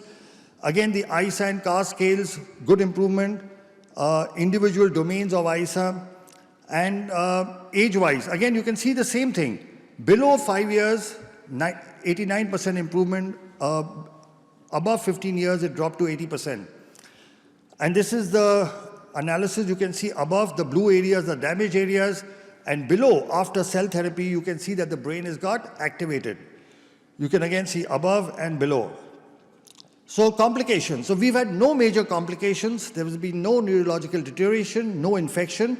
However, one major concern is that 3% of our patients develop increased incidence of epilepsy when they already had epilepsy in the past. 10% of the patients get a spinal headache which lasts for 1 or 2 days immediately after the procedure, and there was some nausea, vomiting, local pain, etc. Now we've published this as a separate paper. People normally like to hide their adverse events. We've published a paper saying that seizures may happen as an adverse event because there is no treatment which does not have adverse events. But if you know it, you can actually manage it. So we've published this as well. Now I'll just show you a couple of videos. Just if you have little time, so yeah, we have some time. So I'll show you a couple of videos. There are 3 sets of patients from 3 continents. This is a child from America. Father was a cardiologist, mother is a nurse, and he's improved so much. Today, this kid is not only completely off the spectrum, this video is a little old, but he's topping in school and he's doing wonderfully well.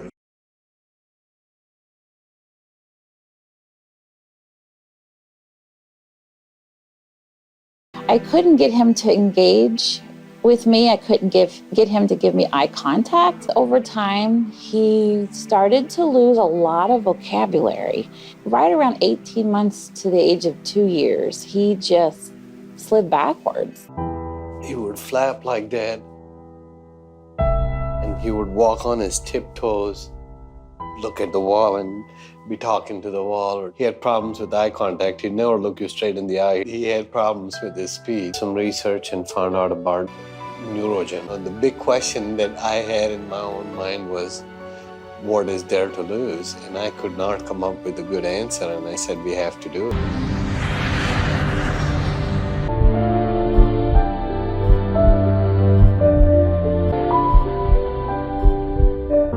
We started seeing better eye contact, definitely a difference in his engagement with us, with his sibling, his mood. He was so much calmer. Now he's all about taking his own shower. I have to just prompt him to get out, but he'll wash himself and he'll put his clothes on. Saw the PET scan images. I can't tell you the word, we were just so excited and thrilled.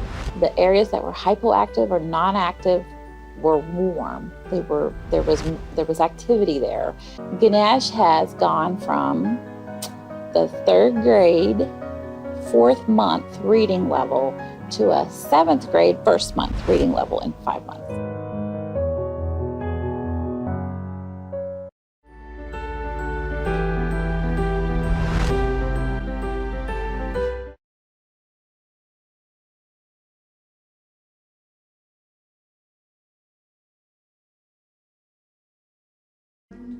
And now we have Mercy over here. We went to different doctors, we went to different hospitals, and when I brought it up, they were like, oh, no, don't worry, it's because they are boys, they are triplets, they were premature.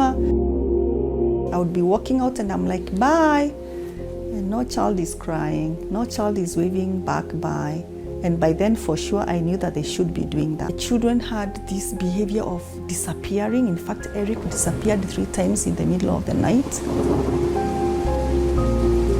The biting, the spitting, the scratching. How are we going to stop this behavior? We went to see the neurologist, and in 5 minutes, he said, these children are autistic. As parents, it was very traumatizing. First of all, we didn't understand what autistic means. So I decided to really get to read a lot about autism. I remember the first time I read about stem cell. I was like, wow, this is really good. We had a lot of questions which we asked, and we got very clear answers from Dr. Sharma. The day of the stem cell itself came. Actually, I was a bit anxious, of course, but really I didn't have fear. A bit of apprehension, anxiety, of course, as a mother, but I knew they're in good hands. We put a needle in this pelvic bone and then we take out the bone marrow, which is the fluid inside the bone. The pure stem cells, once they are ready, a thin needle is inserted into the lower back. We inject the stem cells into the cerebrospinal fluid. It flows all the way up to the brain. Things that would have taken probably years to be accomplished in my sons, in like 8 months' time, we've really been able to come very far. Rinse with water. They used to defecate on their clothes, but now they can use the toilet. We've seen a lot of improvement in terms of spitting. The tantrums have reduced. Sleeping used to be a problem before, but at the moment, he is taken to his bed. It takes a few minutes and he is asleep. See my son's cycle. You try to make them understand what it is to pedal, and they couldn't. But after stem cell, when we arrived in Kenya the following day and we went out, and these guys could cycle.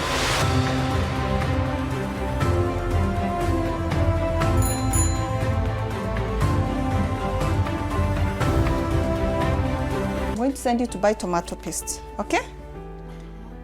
I'm going to send you to buy what? Tomato paste. In the shop. Where is the shop? It's here. Okay. So I'm going to give you Money. for what? Buy tomato lollipop. I'm going to wear my shoes. That's right.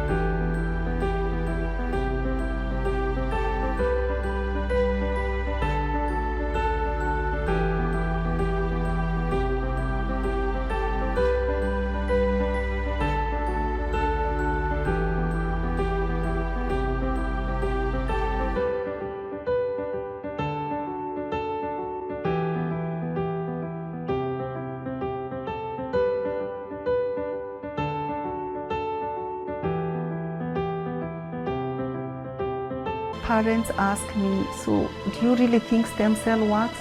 And I'm like,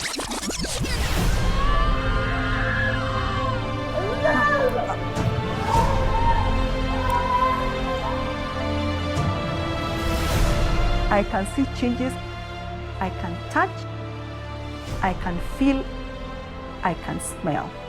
Of course, for me, stem cell works. I'll do it until my children get well. So that's 2 stories, and by the way, Ricky's right here. You're going to see him, he's right here. We are short of time, so I won't talk much about cerebral palsy, but this is a paper. It works just as well in cerebral palsy. We've got 15 articles, chapters in textbooks, and that's the brain damage before in cerebral palsy. That's after. You can see the improvement. Then in intellectual disability, it works as well. We have the world's first scientific paper. We've treated more than 12,000 patients from 75 countries, total of 106 papers and 16 books. And I'd just like to share the views of our Honorable Prime Minister. मैं Japan गया, तो Japan मेरे कार्यक्रम में मैंने एक कार्यक्रम क्या जोड़ा? मैं वहाँ एक नोबेल लॉरिएट साइंटिस्ट याकामाहा को मिलने गया। मैं इसलिए किया गया कि उन्होंने स्टेम सेल के अंदर जो रिसर्च की है, मैंने जितना पढ़ा था तो मेरे मन में आया था शायद इनकी एक खोज हमारे काम आ सकती है क्या है। हम गए तो वहाँ गए, उनसे चर्चा की और बेंगलोर के हमारे साइंस इंस्टीट्यूट के साथ आज उस दिशा में हमारा काम हो रहा है कि स्टेम सेल्स के द्वारा हमारे युवा साइंटिस्ट कुछ खोज करें। So that is the Prime Minister of India, Shri Narendra Modi ji, talking in Parliament about stem cells. And here is the President of the United States.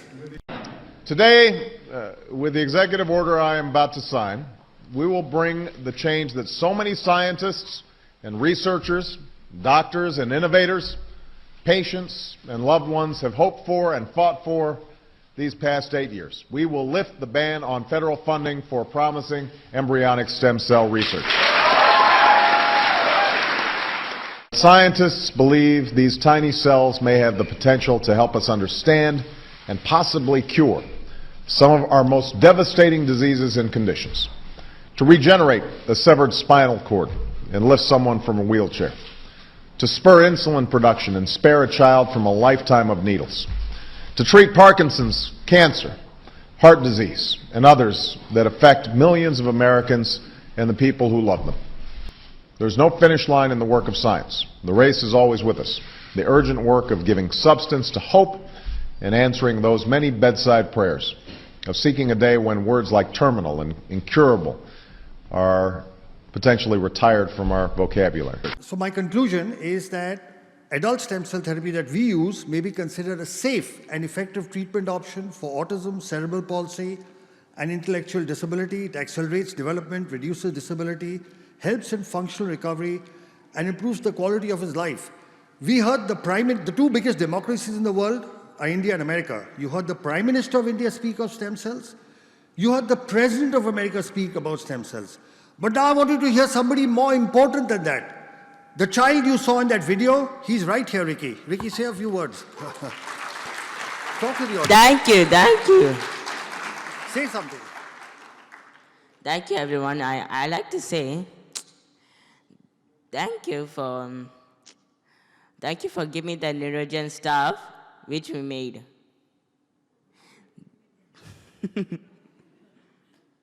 This child could not speak. This child could not go to school. Today he's standing in front of you and giving a speech. Let's give him a big hand. Thank you. Thank you, Ricky. Come. Thank you, everybody. Thank you, everybody.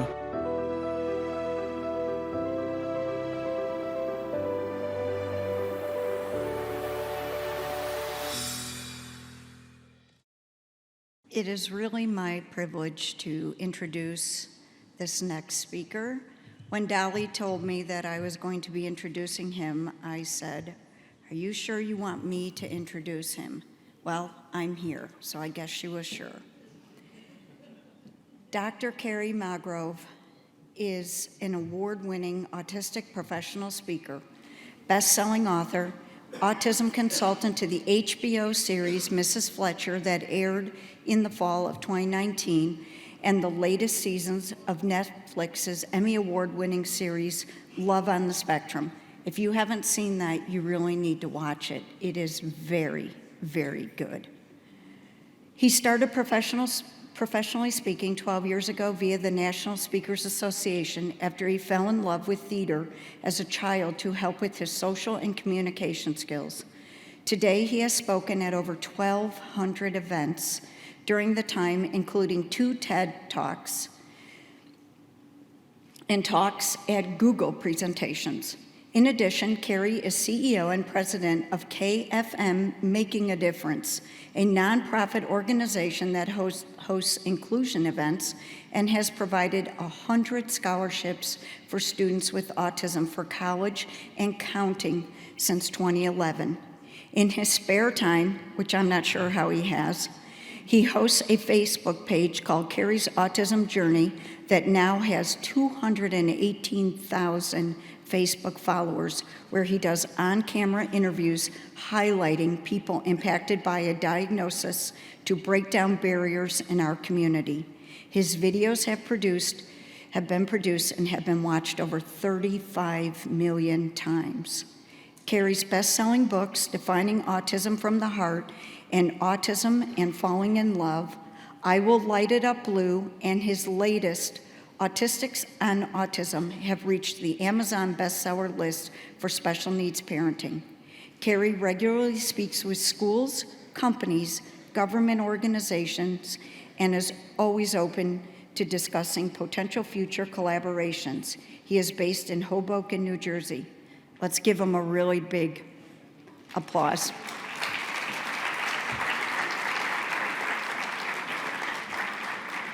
He's got a video that's supposed to be starting.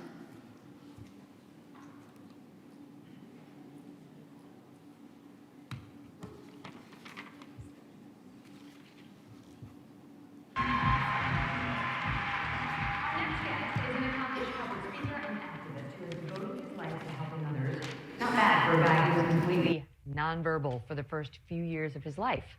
But once Kerry Magro found his voice, he had a lot to say.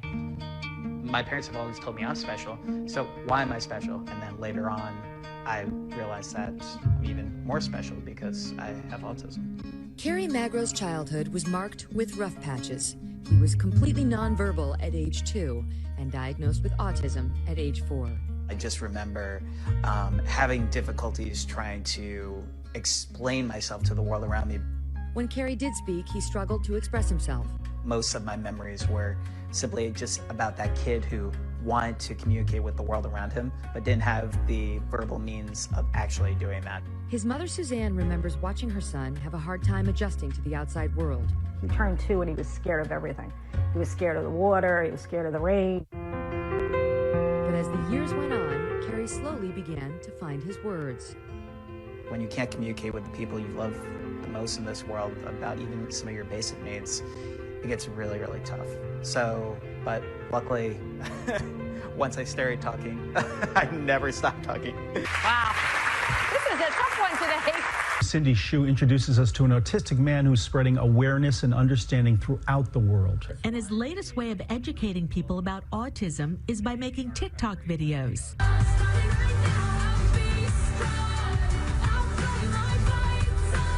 I received over 4.1 million views on TikTok, and I just had so many parents, educators, family members who just wanted to learn more about autism, and they were like, keep going, keep doing what you're doing because it's making a difference. In college, he started a nonprofit called KFM Making a Difference, which awards autistic students with college scholarships. He later earned his doctorate in education.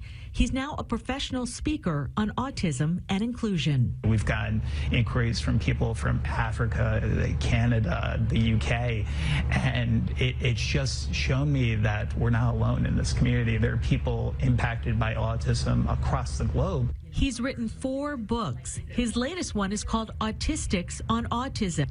All proceeds will go to his scholarship foundation. You are going to find 100 amazing autistic adults' stories of how they were able to navigate their adolescence and ultimately succeed in their journeys. He says most publicly funded services end for autistic children when they age out of school, so that could be late teens. He's fighting to get resources for autistic adults through legislation and has this message for parents. Never give up on your child. Never give up on getting them the best quality supports so they could live their best quality of lives, because again, it's a spectrum. And it's really about providing those resources across the lifespan, because autistic children will grow up to be autistic adults, and we need to be ready for them. And he'll keep promoting awareness any way he can. What doing today? Awesome. It is such a huge honor to be here with all of you speaking on a really important topic that is facing so many individuals within our community. And honestly, today, with over 70 million people worldwide having some form of autism diagnosis, it's really important that we do our utmost to do a few quick things. The first one is to realize that autism is just one word trying to describe millions of different stories. My dear friend Stuart Duncan has that comment, and when you meet people with autism, it's really important to meet them where they are in their development. Autism is a very, very wide spectrum. The last time we were here in Dubai, ironically enough, was in 2016. And one of the speakers at that conference with me, his name is Dr. Stephen Shore, an internationally known public speaker who himself is autistic, says if you met one autistic person, you've met just that one autistic person. So let's keep the conversation going on meeting each individual where they are in their own development. So some housekeeping notes today. I'm an avid note taker during all these presentations. So typically I'm the guy sitting in the front row taking a photo of every single slide so I don't miss anything. So we're going to be providing you the PowerPoint slide notes from today's presentation. There will be a QR code at the end of today's presentation. You can scan that with your phone, and my dad still loves a Razr cell phone, so there will also be a link if you don't have a smartphone as well, so you don't miss any of the notes. So during my journey, I grew up with two laser-focused key interests. I grew up wanting to be the sixth member of the Backstreet Boys, and I also wanted to grow up to be the next Larry Bird. And with my autism diagnosis, I've always had extreme laser-focused key interests, and those were two of the big ones. Sports helped me with a lot of my fine motor skills growing up with autism. In addition to having autism, I also have a dual diagnosis of dysgraphia. It's really important that when we meet individuals where they are in their own development, that we look for comorbidities. So if an individual might have a dual diagnosis, we are able to diagnose that as early as possible. Early intervention truly is the key. Within those first 5 years, getting a diagnosis is really pivotal. So I took my love of sports to get a degree in sport management at Seton Hall University, where I'm based in New Jersey. Before deciding to change career paths, I realized that those individuals with disabilities make up the largest minority in the United States, and often they are one of the most underserved because, simply put, some individuals in our community have strong support needs and might not be able to advocate for themselves. So it's really important that we do our utmost to try to help one of the most underserved communities in the world today. So I decided to change career paths. I received a master's in strategic communications so I could become one of the first professionally certified speakers who is openly autistic in the United States. It's given me the opportunity to travel the globe in the past 12 years and get the opportunity to speak with so many incredible groups like your own about this topic of autism, but then also diversity, equity, inclusion. One of our big focuses, especially in the past few years, has really been focused on corporate and really focused on helping those with autism find meaningful employment and tapping into one of the most untapped talent pools that employers should consider. So really quickly today, and again, this was a journey, I want you to imagine something really quickly. Imagine not being able to tell your loved ones that you love them. Not being able to speak in full sentences until you were 7 years old. Having sensory challenges to the point where you felt like an alien compared to other people. Being such a picky eater that any time your parents tried to introduce you to a new food, it made you cringe. This used to be my life. When I was a kid, there were so many people who told me what I would never be able to do in this life. They would also tell me that I would have a photogenic memory, that I would be really great at math, and when I turned 21, my parents would take me to Las Vegas with them, and I would win them $88,000 on the blackjack tables. Prototypically, I was considered a Rain Man diagnosis. I was considered a savant, but I was also considered somebody who had a lot of limitations in his life. So what helped get me to where I am today speaking in front of all of you was over 15 years of occupational speech and physical therapy. There's no one-size-fits-all when it comes to our autism community.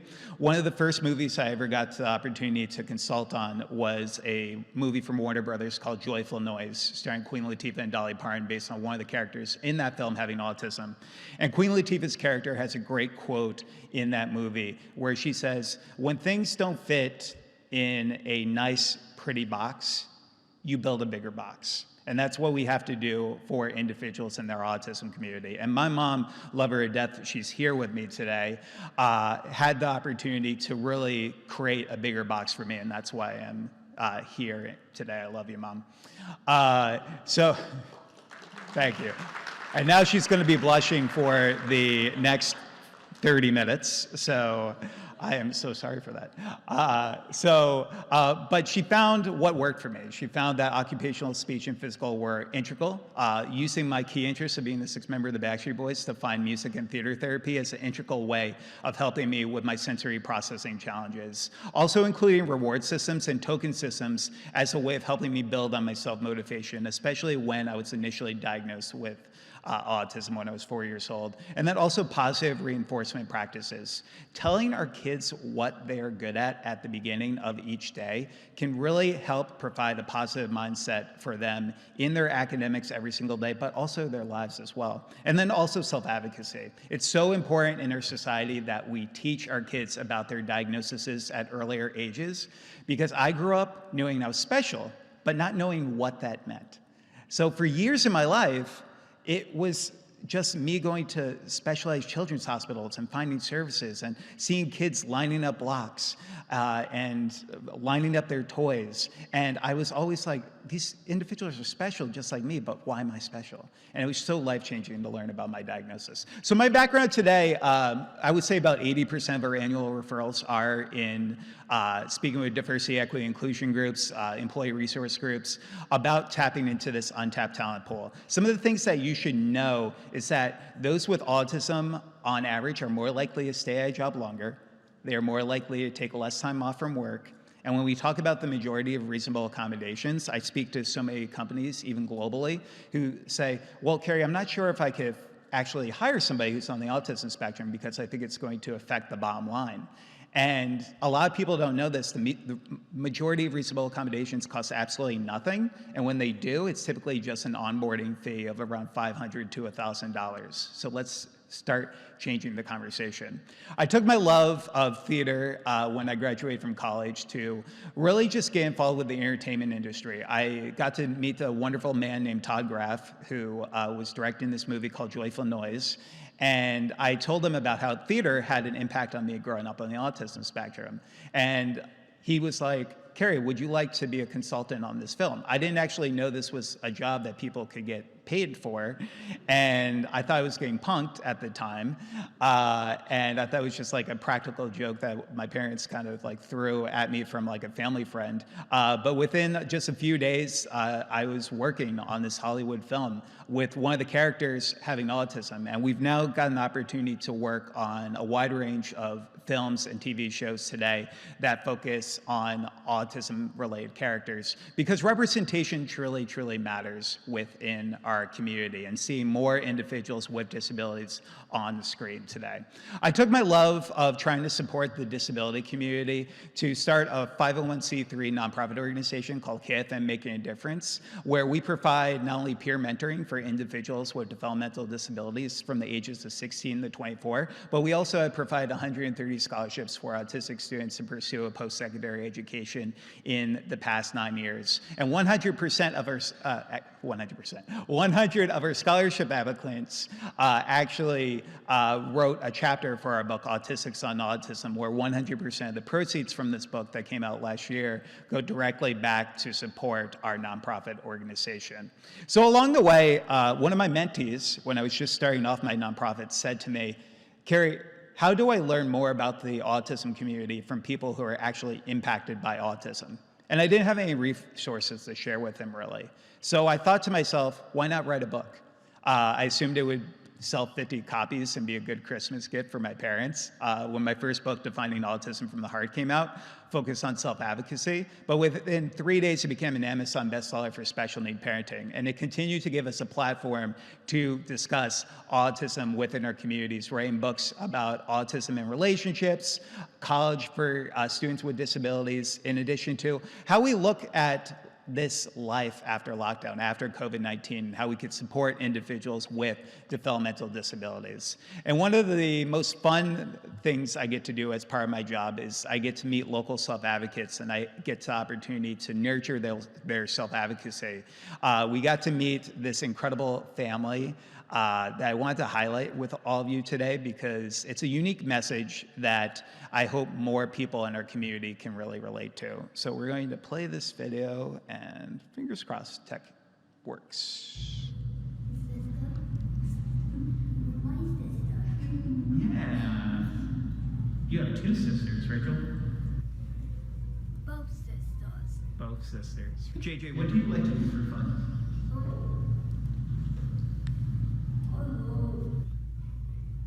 Chicken on overs. TV shows. His personality is amazing. He's so funny. He doesn't even know it. Like, he doesn't know how funny he is, which makes it better. I love how JJ makes these movies, and he uses the stuffed animals, and he shows us to all of us, and I think it's really cool. What is one of your favorite things about your sister? Like JJ is right there with Katie. yeah, okay, yeah. What do you like about me? Yeah, me. Yeah. What do you like? Television. Okay. I don't like how people treat autistic kids different because they're exactly like us. They have feelings too, and they act like autistic kids don't have feelings. How's that make you feel? And it makes me really upset. For siblings who might be watching this at home, what would you like them to know if they may have a brother or sister who's on the autism spectrum? Celebrate accomplishments, encourage them to do the best that they can. We have a good family. Yeah. Everyone's supportive. It's just circle love. So one of the key messages I hope I could leave you with today is that it takes a village. And you have to realize that regardless of where you are in this journey, whether you're an educator here today, a therapist, a parent, or a self-advocate, it's important to know that every single individual in your lives can hopefully become part of this village to make sure that we're providing reliable autism resources across the lifespan for our over 70 million individuals who are autistic today. So every single place I go to speak, I've had the opportunity to travel the globe and get the opportunity to share my story, but I realized that many individuals in our local communities didn't have an opportunity to share and lift their voices. So I started a video series as part of my Facebook page, Kerry's Autism Journey, where we now get to not only nurture self-advocacy in these young individuals, but also give them a platform to hopefully break down barriers and biases within our community. We've highlighted everyone from a 6-month-old with Down syndrome in the Bahamas all the way to an Army veteran with cerebral palsy who didn't tell his platoon that he had cerebral palsy so he could fight for our country. So it was truly, truly remarkable.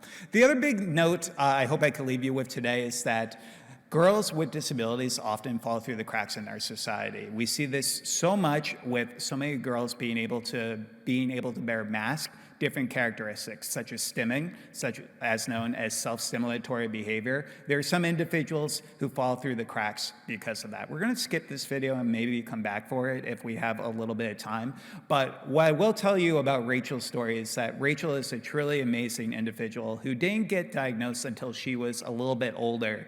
And it was because of, again, so much stigma in our communities is focused on boys with disabilities. Now, we're not only talking about autism, but we're talking about ADD, ADHD, and the neurodiverse lens that we talk about in our communities. In addition to that, when we talk about this topic of autism, we need more not only government organizations, but we also need more travel destinations to go about certification.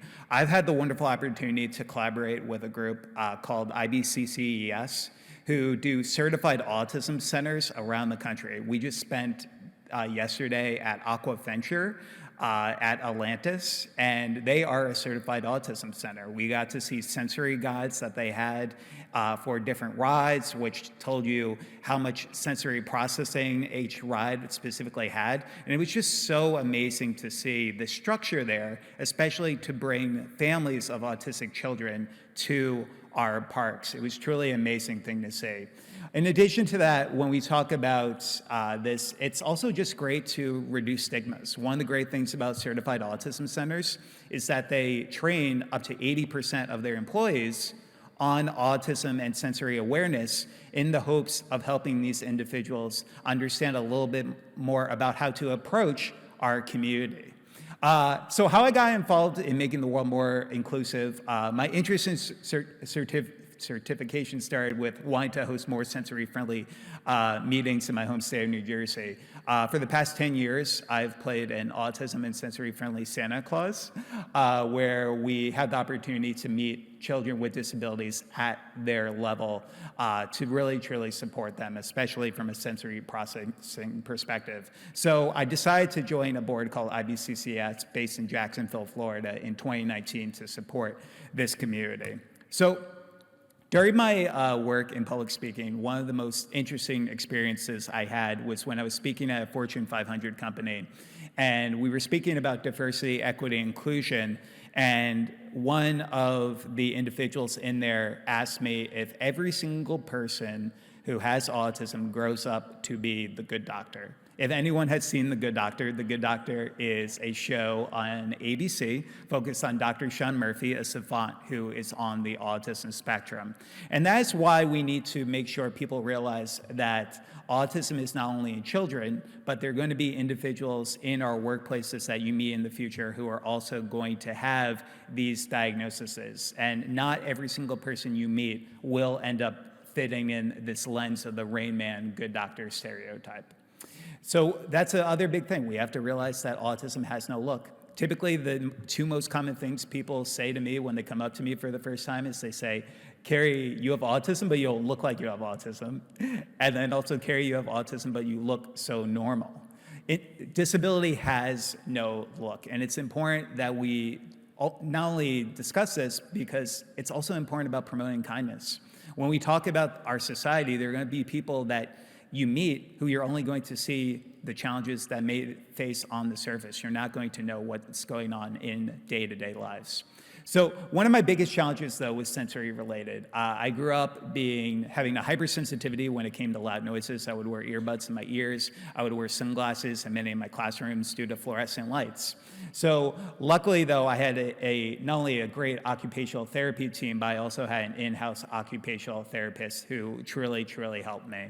And this is a global movement that we're seeing. There are more groups that want to go about certifications because they realize that it's not only the right thing to do, but it also demonstrates high ROI, because at the end of the day, more individuals are likely to buy products from groups that patronize with the disability community and support those with disabilities. We were so excited to see that Mesa, Arizona became one of the first autism certified cities in the globe. And they have done a remarkable work, not only to provide certified autism centers for first responder groups, but also their businesses and travel destinations as well. And in addition to that, Dubai recently announced it plans to become the first certified autism destination in the Eastern Hemisphere. Give your guys yourselves a round of applause. That's really, truly, truly remarkable.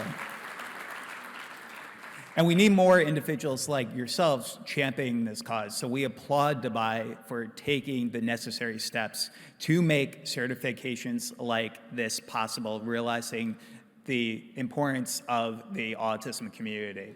One of my favorite experiences I've ever had was at a certified autism center. After growing up as somebody who struggled with textural issues and having issues with water on my skin, there was always something soothing about playing with animals in the water. So I got to go to the Discovery Cove in Florida, which was at a certified autism center, and we got the opportunity to swim with dolphins. And I have terrible balance issues. I can't ride a bike for the life of me. And in the water that day, I was having some challenges because the land was very, very tough. I also have flat feet, so that didn't help the situation. So I was at Discovery Cove, and one of the best things that somebody did for me there was just showing me compassion. They not only showed me compassion in being able to just hold my hand while I was going in the water to swim with the dolphins, but they asked questions when they were unsure about something. I think some of the easiest things that could help our autism community are some of the things that just make the most common sense in the world. Continue to ask questions when you're uncertain about something, and then also pursuing competence. They pursued competence for me every single minute that I was there at that park. And that's truly why I love the idea of certifications in our local community. In addition to that, other things to consider, autism and the majority of disabilities are lifelong. While early intervention is the key, those first 5 years are pivotal, we need to realize that people don't cure themselves of having autism. We spoke in Egypt a few years ago when we were laying the pyramids of Giza blue, and I was just talking to somebody about this earlier, and one of the parents asked me if exorcisms could cure autism, and I was like, oh, wow, that's an interesting perspective I haven't heard from before. It just goes to show that the education truly needs to be there in more of our local communities, because if you don't have that personal connection, and just by a show of hands really quickly today, how many of you know of somebody who's on the autism spectrum? And if you feel comfortable, how many of you have a sibling or a family member who's on the autism spectrum? Okay. And if you feel comfortable enough, how many self-advocates are here today? Yeah, we have quite a few. It takes a village, and using your voice can truly make such an important change within our community. Another key message I hope I could leave you with today, if it isn't written down, it didn't not happen. Documentation is so important, especially when we look in 2023. Hearsay is something we really can't get behind anymore. We need to make sure that we're not only documenting in our workplaces, but also for our kids. I think it's important for every therapist and educator to have a journal where they can document for their child, look at short and long-term goals that they have for the individuals, but also helping the parents understand about their developmental milestones as well. And I truly believe this message right here. I think schools should truly have a mandatory class that you get credit for, where you learn more about people with diagnoses. Imagine students getting just a little education on autism, ADHD, Down syndrome, dyslexia, cerebral palsy. It could make a huge impact on understanding and acceptance. I truly believe that in that message. And that's why many individuals in our local communities are pivoting our conversations. April is also known to many of us as Autism Awareness Month, but many individuals in our community are pivoting it to Autism Awareness and Acceptance Month, realizing that it's not enough to just be aware about autism, but how can we be inclusive? So these are some great ways that we can be inclusive in our education setting today. One of the biggest things I say is that finding an individual and understanding what type of learner they are, whether they're a visual learner, whether they're an auditory learner, or whether they're a kinetic learner, where they learn by movement and moving around. Being able to, again, meet every single individual where they are. Being concise, giving choices, also considering visual timers as a way of helping individuals with transitions. Educate on stimming and flapping. For example, I've been stimming this entire time. Every single time I've moved my hand like this is a stim. And for everyone here in this room, every single one of you stim. Whenever you've rocked back and forth in a chair during a long meeting, that's a stim. Stimming and flapping can look vastly different. Some are going to be arm movements, twirling around in circles, while some of it is just like me, just rubbing my hands and doing this every now and then. And for so many individuals, if you see that happening, don't stop the stim, especially if it's not injurious to them or people in their local community. Also, in addition to that, in our school systems, we really need to focus on the parent-teacher collaboration. But in addition to that, we also need to realize that mental health is a true priority. We need to defeat stigmas that see autism as a mental health disorder, but we do need to realize that some people with autism have mental health-related challenges and comorbidities. So connecting on people on a personal level, but also researching social emotional learning as well can be really beneficial. Also, in addition to that, consider lesson plans in your schools focused on giving individuals positive peer role models to look up to.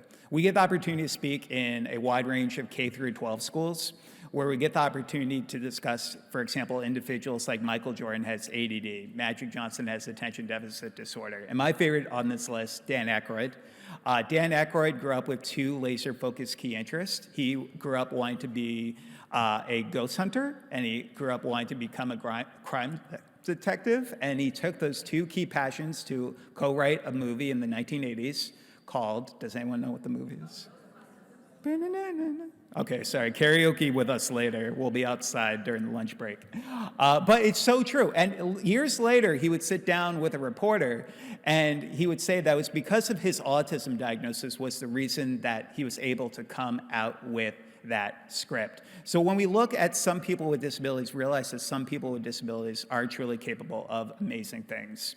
In addition to that, it's important to rule out SMA-associated mental health conditions as humanly possible as well. And that was something my parents did for me. Learning about my diagnosis, I didn't learn about my diagnosis until I was in a social skills class where we were playing disability celebrity bingo, where we were learning about all these individuals. And I raised my hand and I asked the teacher, so teacher, you said all these people, some of the most talented and successful people in the globe are special, just like me. So why am I special? And she said I had to talk to my parents about that.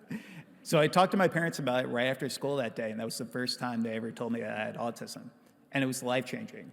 For so many years of not knowing why I was special, everything came full circle for the first time. And I started understanding why I was stimming, why I was wearing sunglasses in many of my classrooms, and everything just came to perfect sense for me.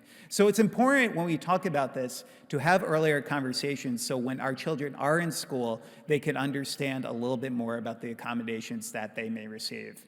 Also consider having a dialogue with parents that you may know about the importance of a child's diagnosis as well.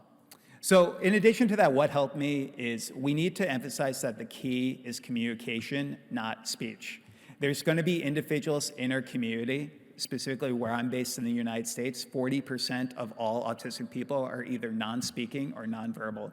But one of the stigmas we have is that a lot of people think that they are unintelligent and have a low IQ. And that couldn't be farther from the truth. Most people on average, especially in the United States who are nonverbal, have an average to above average IQ. So we need to realize that also the key is communication, not speech, but just because somebody's nonverbal does not necessarily mean that they're unintelligent.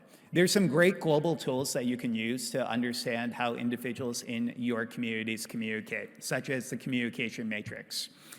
This is a free benchmarking tool that helps assess how individuals communicate within our local communities, from things like pre-attentional behavior, intentional behavior, and then also unconventional, and also helping you understand the differences between nonverbal and non-speaking, because there's a lot of stigmas around that. Nonverbal literally means no noises at all, no babbling at a certain amount of months a kid is growing up. Non-speaking could be something completely opposite of that. In addition to that importance of peer mentoring, I truly believe that every school system around the globe should have a strong peer mentoring program because it just makes sense. It doesn't affect the bottom line in our schools. Typically, it just takes an academic advisor 20 to 25 hours every academic year to put into place to give kids positive peer role models. It not only has been shown to lead to decreases in depression, anxiety, but it also helps from a bullying prevention perspective as well. And then social connections can lead to academic success. We need to educate our schools about the importance of providing more elective opportunities, but also more unified classrooms as well, helping individuals with and without disabilities be able to interact, not only to become more inclusive overall, but to help them have those social connections, because a little awareness can truly go a long way. And then also considering educating around universal design for learning. Lecture style is truly, truly dying in many of our communities. So the importance of getting individuals out of their seat and engaging with them is really, really important. Hey, Mama Mags, how am I doing on time?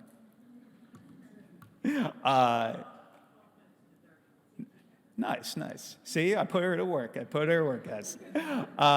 Encouraging parent involvement can also be, and she'll be blushing for the next 12 minutes too. It's amazing. I love you, Mom. I love you.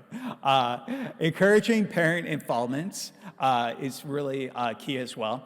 I did my dissertation. I got my doctorate in education at New Jersey City University, so I could become an adjunct professor while I continue my full-time job public speaking.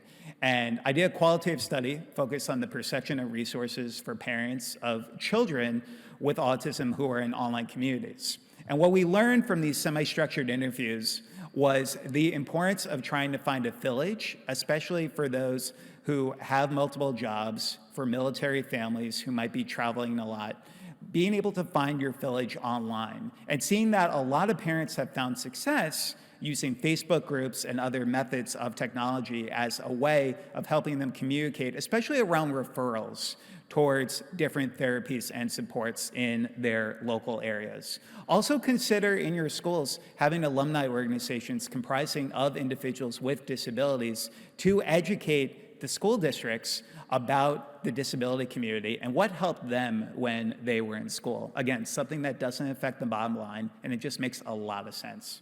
In addition to that, creating home safety zones, one of the things that we've loved about the certified autism centers we've seen here in Dubai is that each one of them has a quiet zone or a quiet space.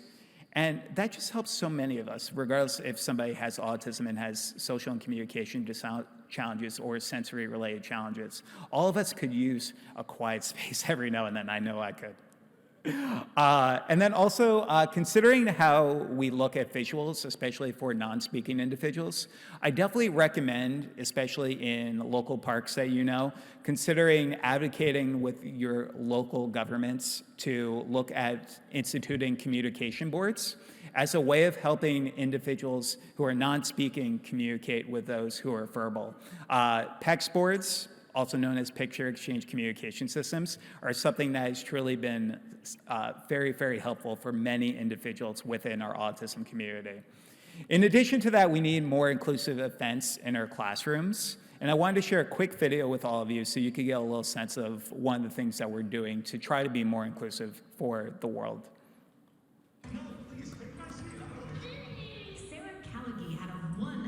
Meeting with Santa. The 8-year-old has autism and is nonverbal. Her father brought her to this event because this Santa's helper understands the challenges of autism firsthand. Santa also has autism. It's such a special connection, special bond. The helper is actually 28-year-old Kerry Magro. Diagnosed at 4, his sensory challenges prevented him from visiting Santa as a child. He created this event so others like him don't miss out. This event is more inclusive because we dim the lights, we turn down the sound and try to help them as much as we can. Just does a great job. It just takes his time. There's no rush. Most of the elves and Mrs. Claus are occupational therapists and special education teachers. The team visited with 181 special needs families, including 4-year-old Rusty Marsh. Is this the first time you've seen Santa? Yes. Is it? Yes. And was he a nice Santa? Yes. With 1 in 68 children diagnosed with autism, Magro hopes to inspire more sensory-friendly events all year round. Autism doesn't stop in December. It doesn't stop during Christmas. I want everyone happy. Santa says, "This is the best Christmas gift of all." This is the 3rd year of the event, and Magro's mom is one of those jolly elves. So the girl in the last slide that said, I want everybody to be happy, we're actually working on a children's book together right now that is going to be focused on autism and sensory-friendly Santa, where I believe most of the proceeds will go back to our scholarship program as well. So it's just important overall when we talk about these sensory-friendly inclusion events. Again, it just makes sense. It gets more people out to our public areas. It also can help build attendance, especially after COVID-19, with COVID-19 hesitancy in some of our areas. If you want to learn more about how you can create a sensory-friendly inclusive event, I would definitely recommend going to this website called paautism.org. On their website, they have a one-sheet PDF where you could learn a little bit more about the sensory considerations you could put into place to make this a reality in your local area, such as being able to turn down bright lights, turn down external noises, and the other sensory considerations as well. Also realize that bullying is such a huge epidemic across the globe. When we were here in 2016 speaking at the Autism Around the World conference, we got to work with the Dubai Autism Center. And one of the key messages that we left with them was that bullying is something that's not only in school-age children, we see a lot of bullying in the workplaces today as well. So we have to realize that this could be a lasting challenge for many in our community. I didn't have the social abilities to defend myself in many cases as somebody who didn't start speaking complete sentences till I was 7. And it's really, really important that we educate our kids on what a friend is, what a bully is, and how to go about stopping bullying, especially for our verbal students. When stopping bullying happened for me completely, I realized what bullies did. So I would role play different scenarios in my classrooms with my teachers on how to stop a bullying, where if somebody said to me, "Kerry, you have autism, but you are so stupid," I would turn around and I'd be like, "Well, yeah, sometimes I do stupid things. Thank you so much for bringing that to my attention." And that literally would stop the bully from because when you don't give them the power over you, we have to realize that bullying simply is just that, an imbalance of power.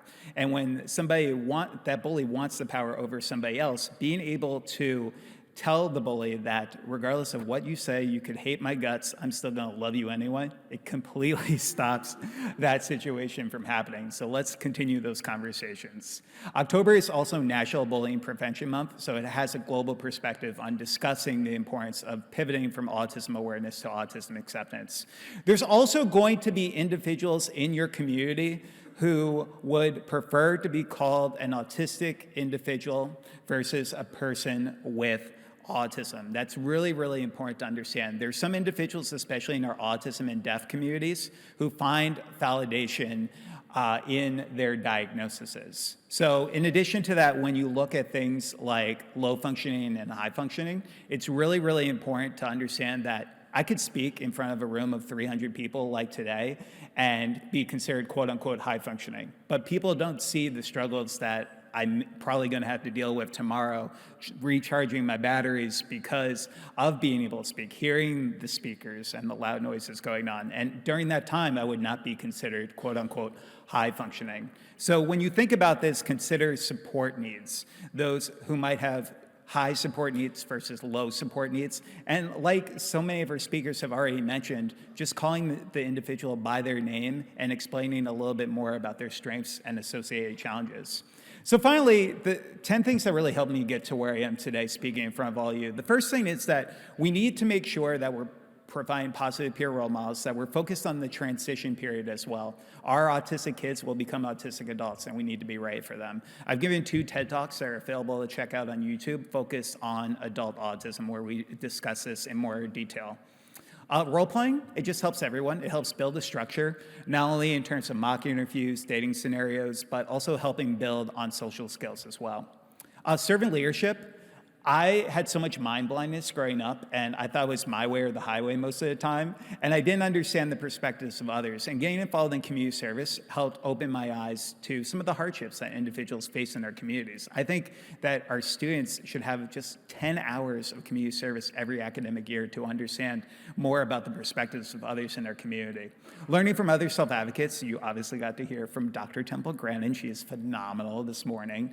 But continuing to promote self-advocates to give individuals an opportunity to look up to somebody. Peer mentoring, it just makes sense. Every school should have them. Before COVID-19, we were giving staff development for 350 educators in Las Vegas. And we asked them, how many of you have a strong peer mentoring program in your school? And only 3 out of the 350 raised their hands. And I was stunned. This doesn't affect the bottom line, and it's just the right thing to do. Like Queen Latifah's character says, create a bigger box. So when it comes to therapy, you have to meet each individual where they are. But I've seen positive benefits of cognitive behavioral therapy as a way of helping individuals go towards positive thoughts who might have negative thoughts and challenging behaviors. Self-reflection, I think, again, documentation is key for all the educators in the room. But in addition to that, it just helps build on self-awareness for individuals, especially those who are just learning about their diagnosis. Physical activity, as we learn more about the brain, we're also realizing that just 30 minutes of walking a day has benefits on short-term and long-term retention while also helping with positive endorphins. Also, finding support networks. ICAN is a tremendous, tremendous resource. I hope all of you go to their website after this presentation today and really gain their resources, get their ebook, because they're truly making a difference. And then also writing a blog, because your voice has true power within our community, and it's upon all of us. If I could leave you with any final message, is I hope you can be brave. I grew up being the kid who never wanted to tell anybody about my autism diagnosis because I was worried how everybody would feel when they heard that I had autism for the first time. And now today I go into the companies and they say to me, Kerry, I want to do professional development on autism, and I want to have you speak in my conferences, but I'm not brave enough to kind of talk about autism because it's such a sensitive topic. And with the numbers continuing to increase, not only where I'm from in the US, where it's 1 in 36, but globally, I want every single one of you in this room to be brave, because it's about our community and it's about supporting these individuals across the lifespan. So I like to say that autism can't define me, and I define autism. And I can only hope that regardless of any single journey that any of you have in this life, that you can go out there and you can define your lives and your journeys in the way that you best see it every single day.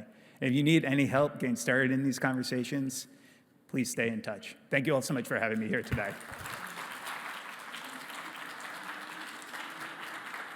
Yeah, so just one small announcement that we have. We would really love to felicitate Kerry's mother, and we would like to call upon Miss Mercy, as she's as well a parent, and hand over the award to Kerry's mother. Ma'am, please.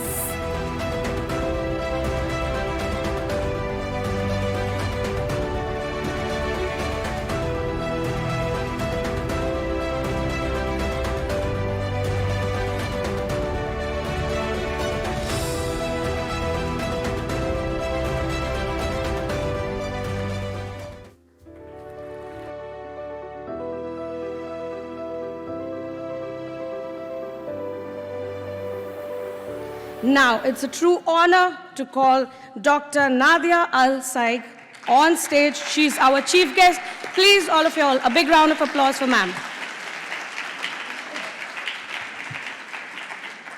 She's the founder and director general of Senses Residential and Daycare for Special Needs.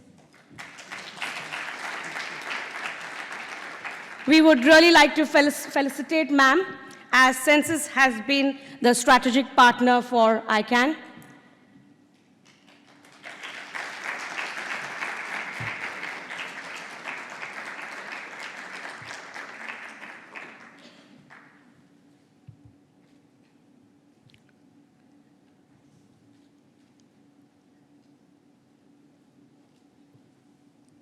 Next, we would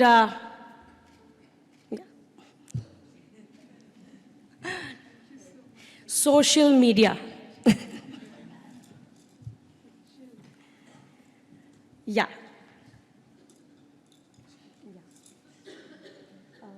We'll just do a bit of that. Next, we would like to felicitate MENA organization as well, as they as well are the strategic partners for ICAN. A big round of applause.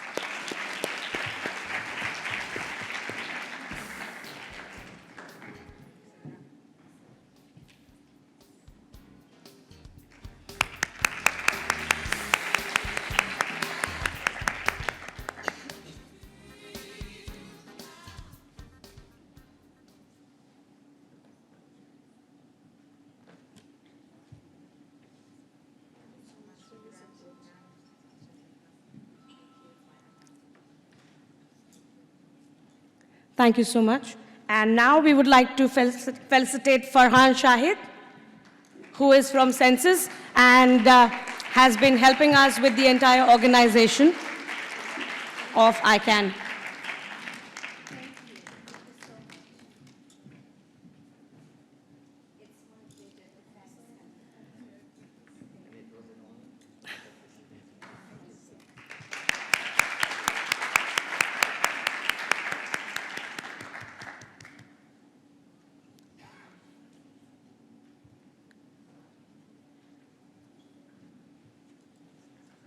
So thanks to one and all for helping us putting this show up. Okay, now I would like to invite Dr. Nadia to say a few words.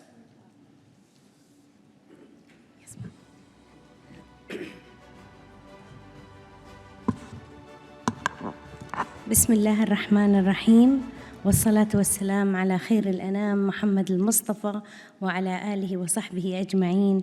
Good morning everyone, and I would like to welcome the International Conference for Autism and Neurodevelopmental Disorder ICAN Dubai 2023.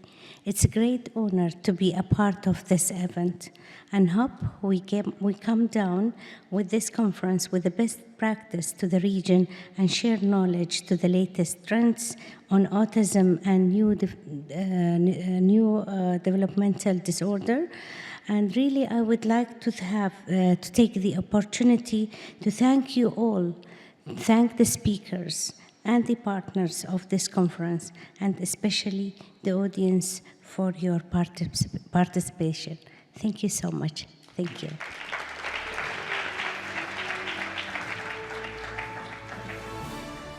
So now we will be inaugurating our book, Treatments for Autism. As we did see in the film, it was earlier already inaugurated in English, but now we are inaugurating it in Arabic language. So ma'am would do the honors.